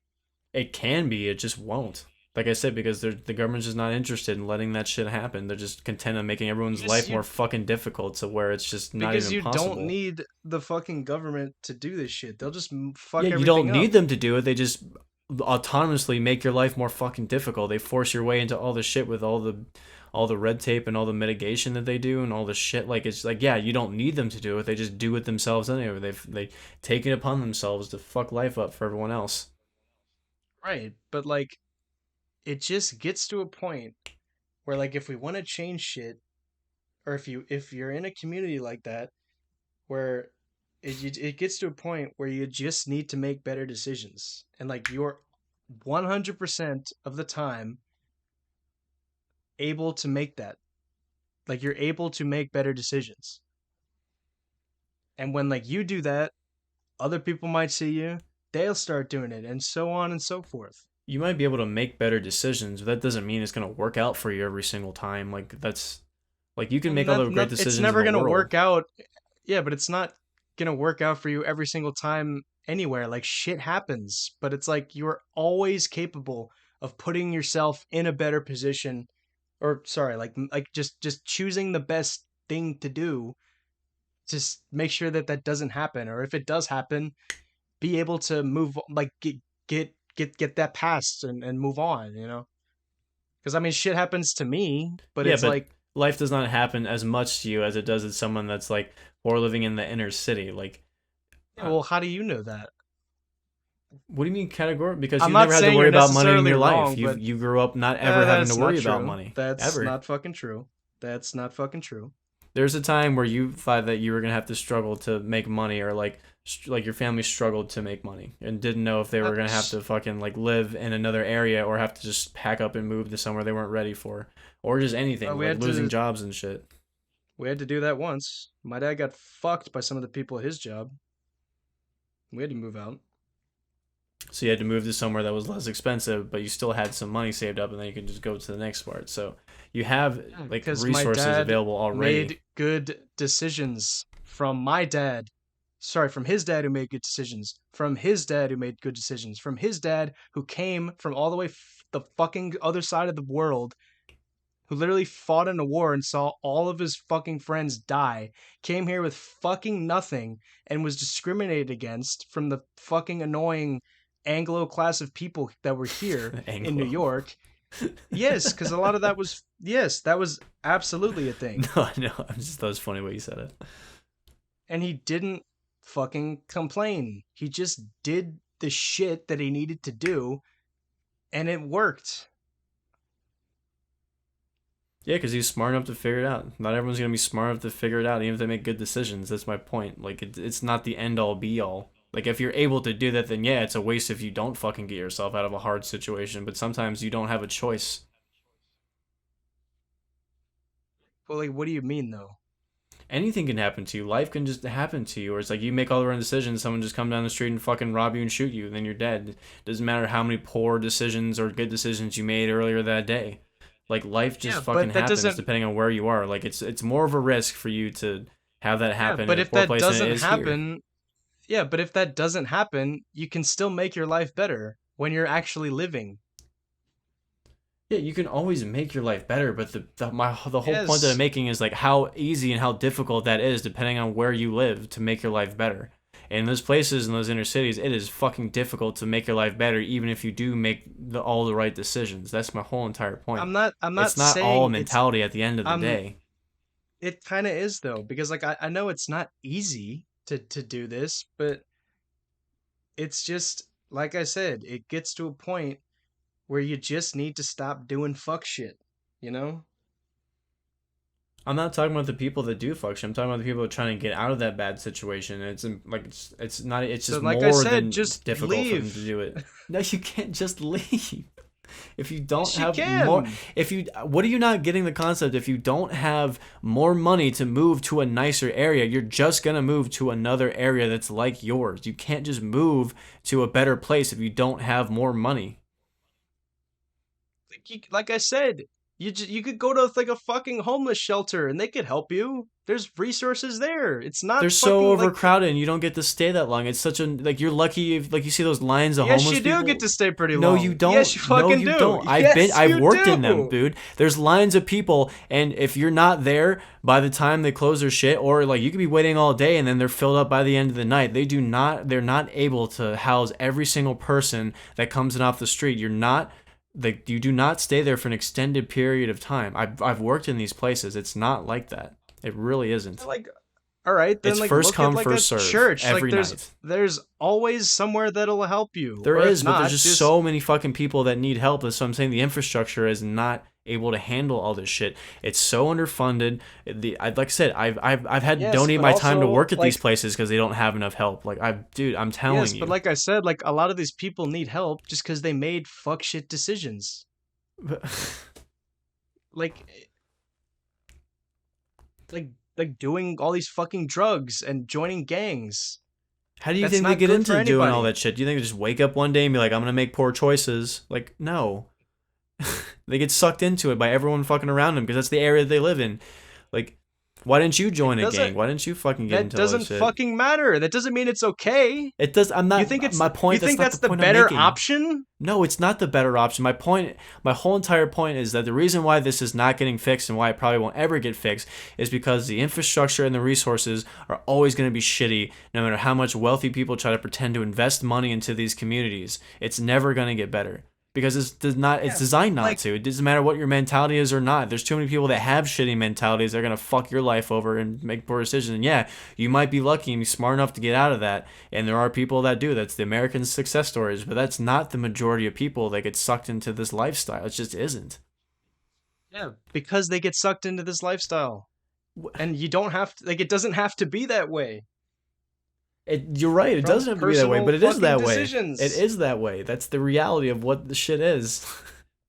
Right. And like you can just stop this by just not doing that. And By like just not do having what. well, because it's really that simple. And like you need to It like isn't that like simple. You could get sucked into it, and or you lose your life. There's not every. You think that most people just get sucked into the gang style that don't. Obviously, there's some people that like it because they glorify and they just generally think it's exciting, or they think that's just the way that you're supposed to live. Like most people get sucked into it by accident. It's like there's they just can't escape that life, or it's like instead of them jumping you, you have to go move drugs for them now. You know what I mean? It's just there's just so much well, you shit fucking against you. joined. Then you Yeah, lose well, your you life. fucking You're joined dead. it. Then leave. What? What do you? It's fucking America. It's not like this MS-13 in like fucking South like Central America that'll just hunt you down. Like just go somewhere else. We're not glued to these like they like If it was that simple, if everyone could just move, more people would do it. It would more people don't feel like they're. no, they wouldn't because people are stupid. And they're taught not to do that. They're taught to just be bitter and resentful. Who's Do you know what you know the shit that they teach in public school? You know what I'm talking about. dude in inner cities? They can't even get a fucking word in. No one no one's doing anything at those schools. They're too busy arresting people there. There's no learning of anything that's going on in those types of schools. They're not taking fucking they're not taking women's studies classes for sure. They're not even paying attention. It's a fucking uphill battle. And the schools don't even have enough funding to barely have enough desks in the goddamn classroom. It's just Are you it's kidding me? They just get not as plenty of black and white funding. as you're painting it. But they get plenty of funding. They don't though. You ever see these fucking schools? They don't get plenty of funding. No, majority black districts, like the public schools, get more money on average than majority white district schools. How in the world is that possible? How do they? I mean, it's You because see they the state of the don't know how to buildings even. invest it. The They buildings are even just shittier. That's what do you mean that? yeah, because like they don't know how to fucking invest the money. All of it goes to the wrong fucking places. Like you see, a lot of it'll just go to like salaries for like administrators and shit like that. I mean, yeah, no shit, and money's never allocated correctly. That's an infrastructure problem. That's the point. That's part of the point that I'm making. The money never goes where it's supposed to go, and it makes it harder for everyone else. Right, but in these successful communities, like all the money like is invested correctly. Yes, it's infrastructure. Investing money in education, roads, recreational programs, whatever the fuck. It's all infrastructure that falls under the Right. umbrella of what I'm talking about. No, but like the money is there. It just like it's not like just oh give them money. Like they already have money. It's because they have It's money just doesn't all mean, in the like you wrong said, they're fucking allocating it places. correctly. You can have money. Throwing money at a problem is not going to fix it. That's what I'm saying. So it's like when you say like, well, like they need like to like they need like more investment in these communities, and it's like Okay, no, let me because they clarify. My do point is have they that. need better allocation of investments and actually build up that's gonna move money around in the economy correctly, not just throwing money. That's not what I meant. Let me clarify that. Yeah, but like Proper allocation of investment. right, and stuff like that comes from strong men who become leaders and decide, yes, I want to help my people, and I'm going to figure this out, and it can be done. No, I'm not arguing that it can be done. I'm arguing that it's not going to be done. I think it can be done. I mean, I try to be an optimistic person, even though like in the age we live in now, where it's just so like we just constantly hear about just some bullshit on the news all the time. It's so hard to escape from, you know? Like literally at work, it's always just like, "Hey, did you guys hear about the shit on the news?" I'm like, "Can we stop talking about this, Yeah, that's please?" what I'm saying. It's just more apathetic It's to it now. so It's like retarded, yeah. if you care about it, it literally takes off years of your life. So you're just like fuck it, just let it go. Just do what you need Right. to do and try to protect yourself and try to invest in your own growth. That's the only way to get out of all the nonsense of the dumbasses around you, the government, people trying to hold you back, everybody that's against you. Like that's the only way. You just gotta learn to survive. Yeah, and you could totally do it. I just have no tolerance for like just bitterness and resentment and victim mentality. Like it's poison. It is absolutely poison. Yeah, it totally doesn't help you. It's like anytime you hold on to any grudge or hold on to any negative shit, it just all it does is kill you more over time. Yeah, I agree. We're in agreement there. You got to get over that Yes, and like shit. I But again, right, and I'm not saying it's easy to grow up in a shit area and then see right and like look over the fence, you see this other area and it's so much nicer, right? Like I'm not saying it's easy to see that, but also like that's jealousy, right? Like it's just these people have more stuff than I have, right? And I'm not saying like it's not bad to just yeah, like I want to live in that nice area because it's just safer. Everyone's so like that's part of it, but a lot of it also is that like these people are jealous of like the people in those communities because they have much more than them and whatnot, right? And that's why a lot of people hate Jewish people because they just have more than them, right? Um, yeah, I mean, it shouldn't be right, like resentful. It should be more inspirational. Like figure out someone like instead of getting pissed off, like ask them how they fucking did it. It's just like trying to separate yourself from all that yeah, negativity. exactly, right? Because like if someone like let's say like well when I'm rich one day because I will be, trust me, like if someone comes up and asks me like I don't like whoever they are like they're like hey how did you do what you did or whatever like I'll tell them right and I'll tell them like yes obviously I did grow up in this super nice family but from that I was able to get these really good values but also I can be like hey I know a bunch of these other people that came from like worse circumstances like you were saying like the whole like jealousy can be turned into like a motivational story like I saw this black guy talk about like he's like an entrepreneur and everything, and how he was saying like, yeah, like he's like when you look at like black people versus white people in America, he's like, are our communities much more fucked up? Absolutely. But it's like if you look at it the right way, that makes us like tougher, right? And that makes us be like, like we could totally like get shit done if we just redirect our energy and all of that like power and like to helping our communities and everything. And I really resonated with that Yeah, I because mean, he's it's like fun to what dream, I guess. yeah but it's just messages like that that should be promoted and like it just yeah like I know you're saying like in schools that like it's so hard to like maintain and like this is this is like all races it's not really just like a one race thing like it's in public schools in general it's very hard to like detain students and everything but that also helps to just discipline students because of Dude, at my school, all the fights ended in handcuffs, and there's always people getting stabbed and fucking getting arrested. Like it was just common.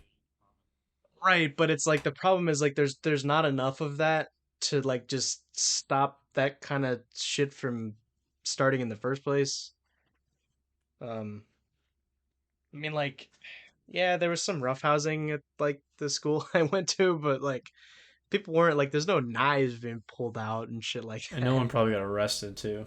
There's no actual Oh like no. legitimate consequence for what they did. Because like you don't even have to like pull out a Right. weapon. If you fight in our school, like pretty much for the most part, you ended up in handcuffs. Yeah, that makes sense. Unless Yeah, like like the we're teachers didn't see it or whatever, like it was already done by the time they already ran through, and no one actually got hurt. Then I didn't really care. But dude, yeah, we've had some crazy shit happen in my school. yeah, I remember you were telling me the Fuck. stories. But like yeah, like this the school I went to is honestly like if that shit happened, be like, yeah, they're boys. Just let them do it. Like whatever. You know? Just let them kill each other. Like it Fuck them. just well not killing, but if they were just like wrestling and stuff like that or roughhousing, it's like, yeah, whatever.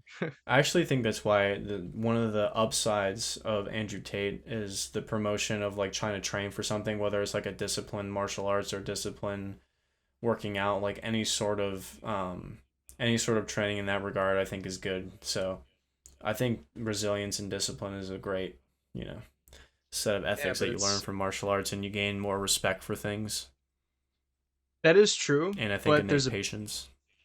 but like I said about him before, like there's just been other people that have said that 10 billion times better. Oh, for sure, but he's the one that's the most Yeah. popular. So like a lot more people have probably been inspired to do it, probably for the Right. wrong reasons. But I think just the actual idea itself, yeah, obviously the idea itself of like training your resilience and your discipline is great. So hopefully the people can take his Yeah, message and like then actually apply it to better lives, and they can get over the stupid juvenile Bugattis and watches and crypto and bitches and just take that better with their life. yeah, cuz like when you're into that and all that stuff, like I mean, I wasn't really necessarily into that kind of stuff at that level per se, but Yeah, like you know like like yeah, the more like resilience you learn and like self-control and discipline, like you end up just realizing, yeah, like I don't really need that, you know? need what? Like all of that Oh yeah, like yeah, yeah. Sorry, yeah, yeah. material shit and Yeah, if whatever, you're content with yourself, you don't fucking have this constant thing in the back of your head that you need more, you need more. That every single advertisement's just blown down our dicks every day. Yeah, like Mike Tyson was talking about that, how he like he was able to find peace and everything after having gone to jail and everything, Yeah, and getting in all the fights and stuff. it's I always like to hear when people are like, yeah, I finally just I found that peace. it's like I'm stuck in this right now. It's like I've wanted to watch. I've never been a watch guy. I've always think they've not looked good, but like I really wanted one because I'm going to a wedding soon. So it's like I did like fucking 3 days of research and now I have like a million watch ads. And I eventually got one. I probably spent Um, more money than I needed to just have a goddamn watch. I have a clock on my phone. You know what I mean? Like I actually could have helped you out with that because I bought. Have you seen the watch that I wear? no, I was actually gonna ask you if you're a watch guy. I just didn't know if you were or not. I did get a nice Yeah, one. I got a fuck. Why titanium didn't? Citizen. It's cool. Yeah, but how much was that? I think I paid like 460. Yeah, because the one I have is super nice. I wear it with all my suits. It goes so well. What is it? It I don't even. I mean, it's Lareo is the brand. I think Laredo. it's just like probably stainless steel or whatever. I mean, it looks the same as the other ones, and it was literally like $100, and it looks great. Yeah, I mean that's honestly. I think the watch is really more of a fashion accessory than it is a Or functional actually, piece of wait, equipment no. if you I, don't I use it. think I think it was literally like $50. Is it just like a standard battery? No, it's like it has that it's not battery powered. It's got that like It's automatic. It's mechanical. yeah, mechanical, yeah. So like it just you have to like reset it. Like if you don't Oh, you just wind it. maintain it, yeah, you wind it. Okay. It's really nice actually. I like that. See, that's why I And got it the Citizen because those have the eco drive. So like if you literally like take it out in the sun for a little bit, this will outlive you. And automatics are more accurate than mechanical watches are. So like literally, I could have this thing. And like my dad's had a Citizen since before I was born, and the fucking thing runs forever. Never needs a change of battery, and it's pretty durable and it's water resistant up to a couple meters. And the one I got's titanium, so it doesn't show scratches as much, and it looks pretty sleek. So I think I made a good right. decision. Citizen's a pretty trusted brand. Yeah, those yeah, that's better if you actually like use them. Where for me, it's just yeah, it's just an Yeah. Yeah, accessory. who gives a shit if it even like, and that was my mentality before I got into like, I'll just pick a watch that looks cool. I don't even care. Like, no one's gonna like ask me for my time. Like, they're just gonna go, oh, what is that? So it's like I don't even care if it runs. I'm just gonna wear it. Dude, a suit without a watch is like a boob with no nipple. You wouldn't suck a boob with no nipple. Well, who would? Yeah. I probably still would. I'm Um. not gonna lie. um.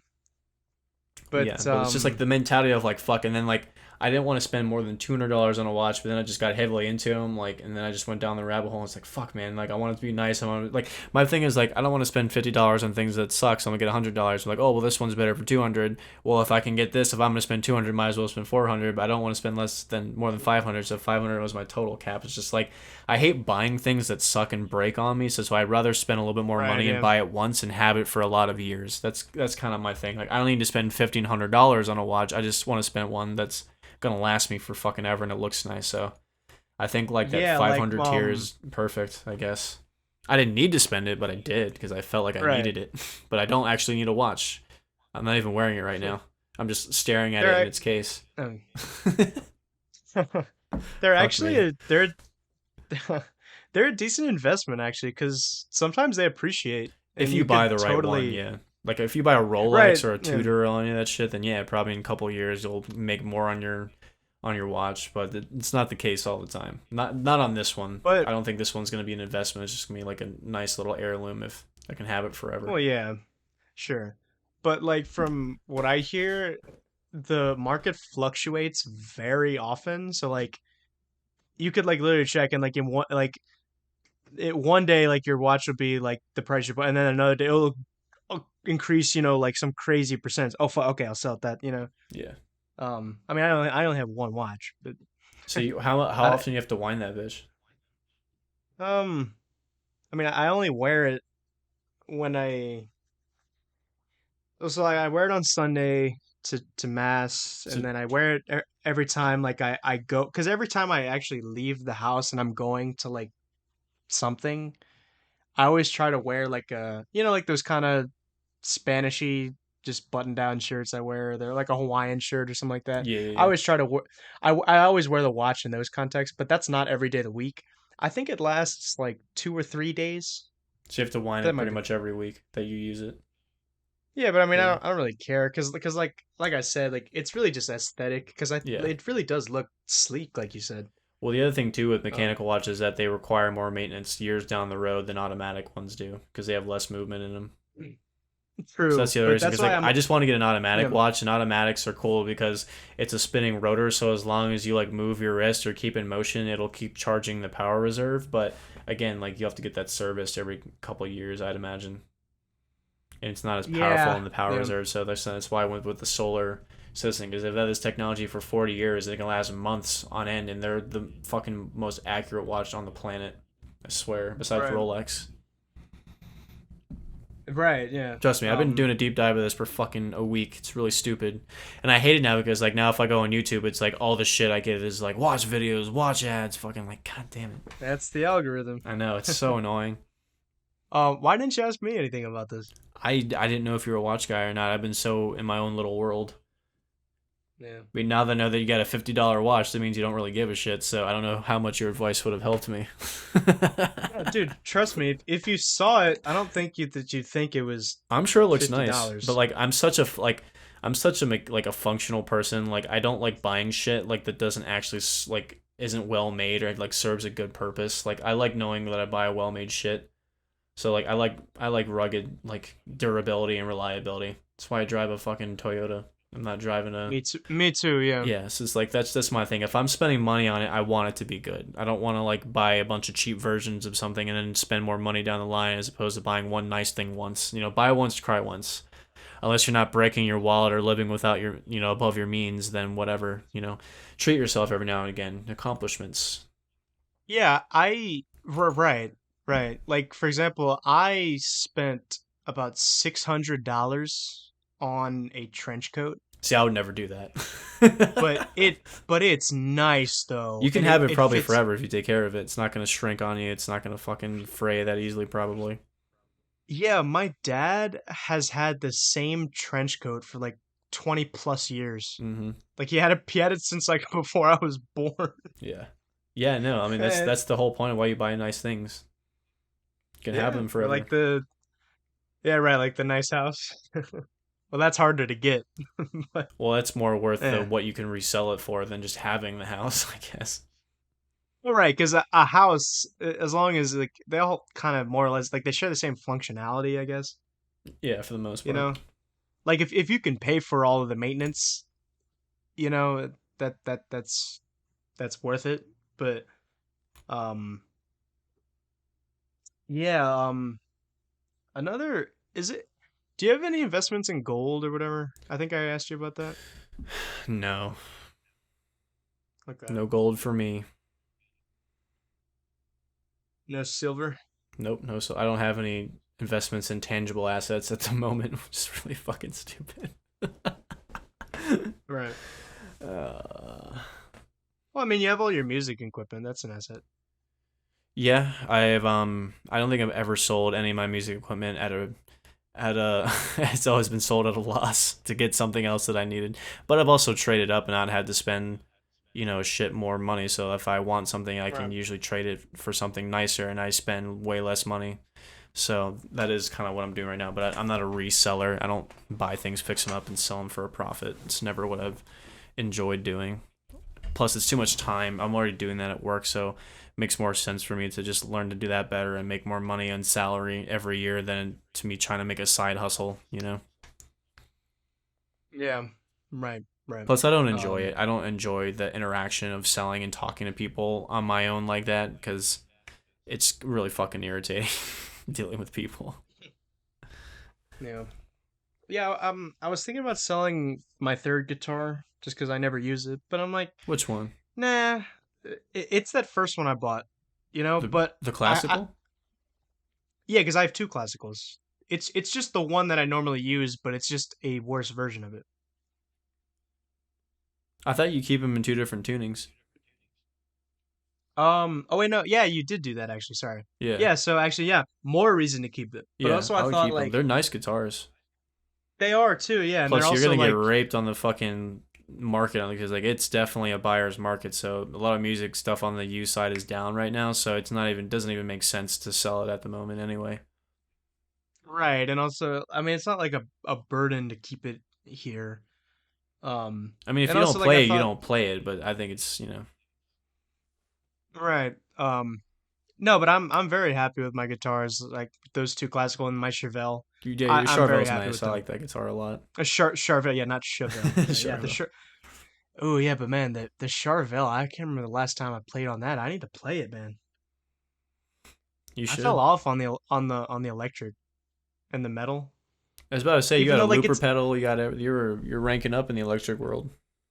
but even so, I loved playing classical music on the Charvel. It sounded so nice. Dude, people don't So realize you can play nice. literally any genre of music with an electric guitar. You can manipulate the sounds so fucking much. Yeah, Like, just and play anything. it also right, and it also sounds good more often than not. Yeah.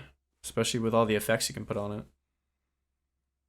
Right. Not to say Yeah. that it doesn't There's sound good in classical, as effects do sound good in classical too, but it's easier to do that live with electric than you can with. You have to do most of it in the studio or have good noise control if you do it with plugging in your acoustic.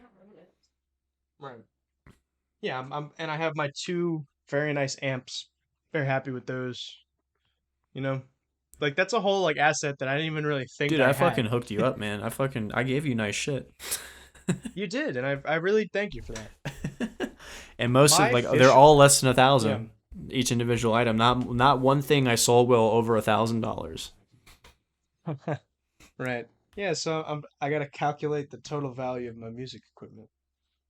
You I don't even remember how much this costs. Like, I know the Charvel was like $900. well, you broke everything up into multiple payments. It's not like you drop loads at the same time.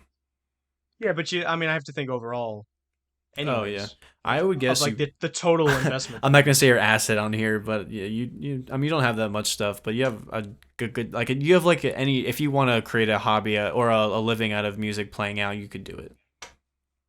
Yeah. Well, how much like would you say I have I from don't like know the two classicals and then like the Charvel and the two? I have a Fishman and a Fender amp.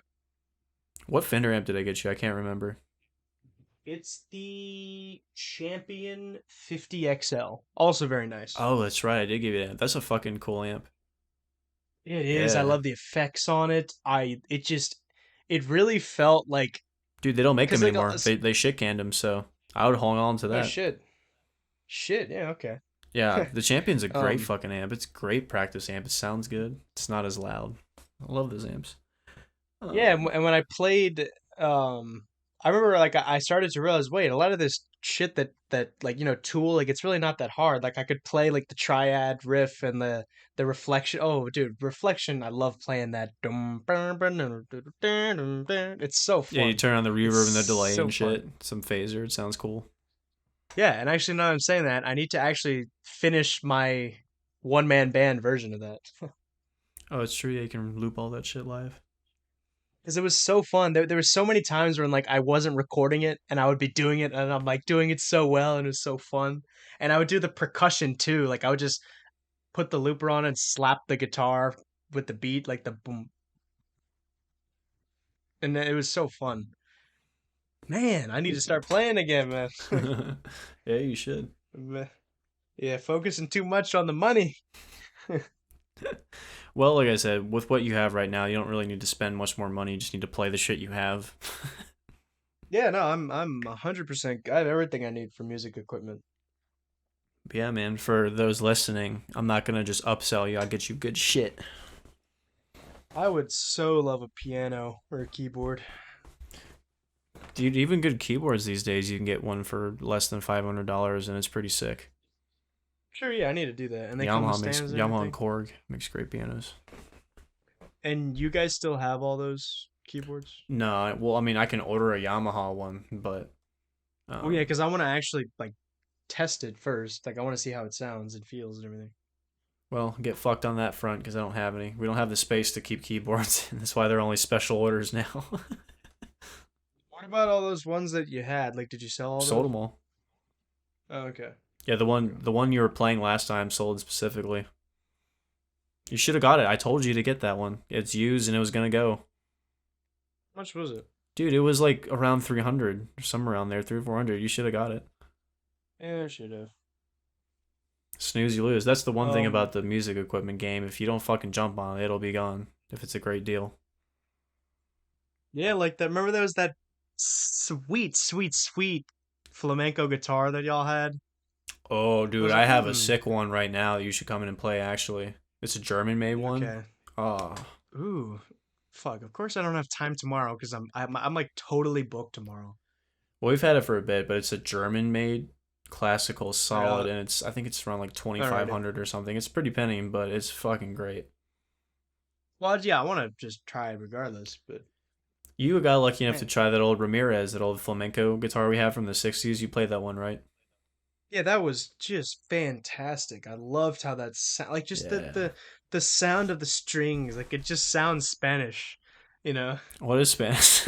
It's literally made in I Spain. know, but it's just well, I know, but like just it's you know what I mean by like that sound. No, it's literally built, designed to do that. It's a great fucking guitar.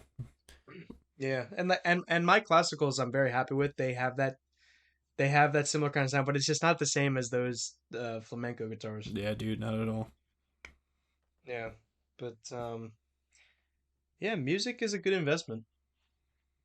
Yeah, you Even definitely if you gotta learn how to do yeah it like though. Make money is hard in music. Making money is hard in music, but you definitely have the means if that you're smart enough. no, but that's not what I'm referring to per se. Just like it's a good investment of your money and time. Like even if you don't get any money out of it per se, but like it's a good practice. Oh, I agree. Good for you mentally, good for you physically. Well, I mean, if you don't have shitty posture, it could fucking give you arthritis Right, and right. carpal tunnel and shit. But you know, water Yeah, under the it's a bridge good like yeah, investment not necessarily in the what you're going to get like the return on the investment in the money sense, for but your the return on soul. investment of just right, and your well-being and everything. It's very healthy and good for you. Yeah, I'm a fan. That's why I'm in the biz. Dude, we gotta start making some kind of like we gotta make some faux type shit, dude. I gotta get an accordion and we gotta we gotta we gotta make some bullshit. I'm down to clown.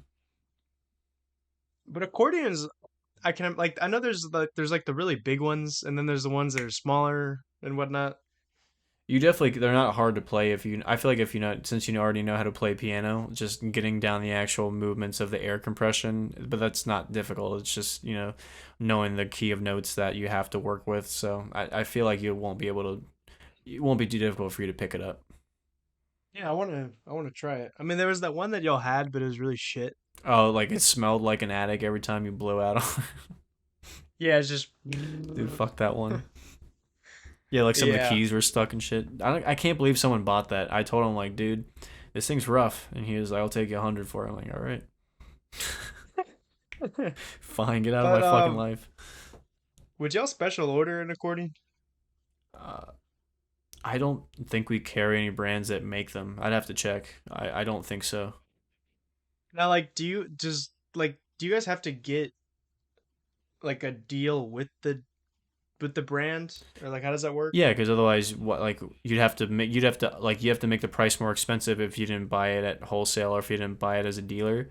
Because it's always like that's how you make your money. You buy it at a fucking reduced Right, right. price. That's the whole point, Will. Well, no, no, right. But like, how do you like do that? Like, how do you get that? You just have to like So some companies are talk very to easy to them or do something. business with. Some require minimums. So to do business with some guitar companies, like they'll do business with anyone, but you have to spend like you have to order a specific amount, whether it's in dollars or quantity every year. And so if you hit that marker, then you can continue to do business with them. And sometimes they give you more I price see. breaks on the quantity of stuff that you order. So it depends, but some brands are a little bit more picky. They actually like see what you sell in their stores or how you display the items. Sometimes they won't just sell to anyone, or they're so back ordered that you can't even get their stuff, and they won't take on new dealers. So it just depends. Really, I more of the see. money is in So the used gear because you have better margins. I see. So like, you could like you can get it, but like you have to like I assume you have to spend like a certain amount of money to Yeah, get it, there's quotas. right? You have to, like I said, you have to Right, spend a right, right. minimum Okay. amount, and whether in dollars or units per year. So Otherwise, they'll y'all are boot you. essentially right. So y'all are essentially like contractors in that sense to buy like materials and whatnot. Not really, because there's no Like like the only contract. You're not doing a job. You're not. All you're doing is just buying shit. You're just more like you. no, not in that sense, but like in the way that contractors for like construction jobs, like they don't pay like for like what I do, like paint, for example, like we go to Sherwin Williams, like a gallon of latex would only be like $15, whereas like for the regular person, it would be like $75, something like that. But because we put in we spend like a certain amount of money, so It doesn't make you contractors for Sherman Williams though. no, no, no, no. But we're a contractor for like other people and whatever. Yeah, because you're doing actual work and contracts. Like it's not the same Well, thing. yeah, but that's I was asking if it like that's just what I was saying because like No, it's different. It's whoever not the same. contractor is getting their supplies from, like to do the jobs that they're actually doing the contract or whatever, like they get those kind of It's things. because like they make specific deals with the manufacturers, the companies that sell those products. And like I said, Right. that I don't know if you guys have a quota, if you have to buy a certain amount of paint per year to get that price. I'm not sure. It's Yeah, literally I different don't with know every either, but company. It's hard to put a blanket statement over it. It's different with everyone. now, right, are there quotas for you guys for the companies you do Oh business with? yeah. Yeah, there's sometimes like we've had to like kick out or will not sell brands because it just didn't sell that year and we don't want to order another 30 grand of it because it didn't move. We took a chance on it. So it's like we're just gonna try to sell off what we have and we're not gonna buy them again. So sometimes like that's just how it goes. So the Hmm. brands that we carry heavily, we're way past our quotas every year and don't ever have to worry about it because we're gonna sell a shit ton of it and we have bought a shit ton of it for years and have built a relationship. But sometimes you take a Yeah. hit with these like new boutique brands because you'll have to, and a lot of those guys are realistic, so they're not gonna like you can't like if I go to a smaller amp company, they're not gonna be like, all right, you have to buy 100 grand per year of amps. Like they make it more realistic, and sometimes they don't even care. They're just like order whatever you want. So it, like I said, it just literally depends on the manufacturer and the company. Right. But Gibson's the Yeah, and fucking like worst. Gibson is awful to do business with. Even though their product oh sells a really? lot, it's just not worth the hassle sometimes. How's Fender? Fender is also kind of strict, but they don't give you as much problems. And since we've carried them for years, like we know our rep really well, so we're able to solve problems if we need to. And their product also Right. sells, so we also are not really worried about quotas because it sells. Right. Um, yeah, that's cool. I wish I was in on all this stuff because I like all this business stuff, Well, you're gonna have to you learn how know. to do that because when if you're gonna have to buy Well, that's what stuff. I'm doing, yeah. So like it's just how it works, and it's more tricky with food and alcohol. I don't even know what it's like with alcohol. You have to be licensed to do certain shit. And I actually don't. I think in Virginia everything goes through ABC when you do orders. I believe, or I may be wrong on Mhm. that, but it's a little bit more whatever the fucking word, red compartmentalized. No, that's not the right word. Fucking structured, I guess. I don't know. Yeah, like in in Louisiana, it's much easier to do shit with Oh, alcohol I'm because there's sure. not Yeah, as much. Yeah, because which is actually the influence of Catholicism, by the way. Most people don't understand that. But regardless of that, like if I just want to like sell liquor even wherever I am or whatever business it is, all I need is just like a liquor license or an alcohol, and I'm good to go. Like it doesn't matter like all this zoning or like it's just you can just sell it because that's your business, whatever. yeah. Um, yeah, and like and it's also like you can get alcohol like 24/7 in Louisiana. It's sinner's decadence. Or actually, I don't know about all Louisiana, but in New Orleans you can. Like they literally have they have drive-through daiquiris. That's fucking insane. Yeah, Virginia is tough. They don't fuck around with with alcohol here. Like it's so regulated. That's from all the puritanical influence. Probably Commonwealth shit. Actually, I don't even know if that has to do with anything Commonwealth, but it's just how we are specifically in this state. Because like Oh, there's I no think like there's nothing like that is ABC what or makes a there's no regulated liquor organization in Louisiana, is there? It's just whatever. um no, I mean I think that's just up to I if I had to guess, I think that's just up to whatever's like the local Yeah, there's government or no something. I don't state governing body for alcohol like there is in Virginia. right, like if you're caught like obviously like you know, it is still illegal to like serve alcohol to minors and if you get caught like you will get in trouble, right? Right, But I yeah. mean not always not always, but I meant like the like the that actual regulations that businesses have to follow, not just like what's with the law, you know. right, like I don't think there is. I think it's just a product like anything else, you know, if you just need a license for it, I think. Yeah. And that's but yeah, dude, have you had a daiquiri before? Yeah, I don't mind them. Ooh, man, they're so good. I love daiquiris. Daiquiri. Yeah, I think about the mixed drinks mojito is probably my favorite. Yeah, I like mojitos. Very good. Mojitos. La Cuba. The best is piña colada. I do like pina coladas too. And whiskey Yeah, dude. mules. What is that one? It's like a regular mule, but instead of vodka, they use whiskey. It's like ginger beer and lemon, and Oh, like what's a mule? I don't remember what that is. that's I'm explaining to you what it is. It's either vodka or whiskey mixed with ginger beer, and it has lemon. And they usually serve it in a like a copper Oh, cup. okay. It's really fucking. I don't like Okay. vodka, so I think it's tastier with a whiskey in it. I actually like vodka. I mixed vodka with coconut water, and that was pretty good. Fuck. Oh god, that would fucking make me puke. It tasted really good, actually. What? It was refreshing. Vodka and coconut water is refreshing. It was, yes. Damn, dude. I mean, like, no, it's like vodka's not my favorite. In terms of like this definitely fucks me up the most is probably tequila, and I haven't had it that much. I love tequila.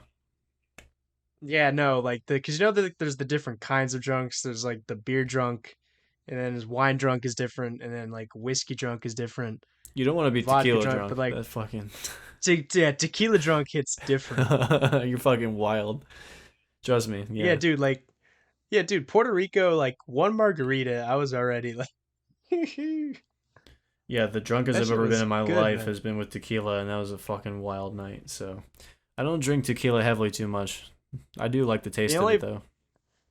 right, the only problem is like I drank like a bunch because like the Red Bull cans. Yeah.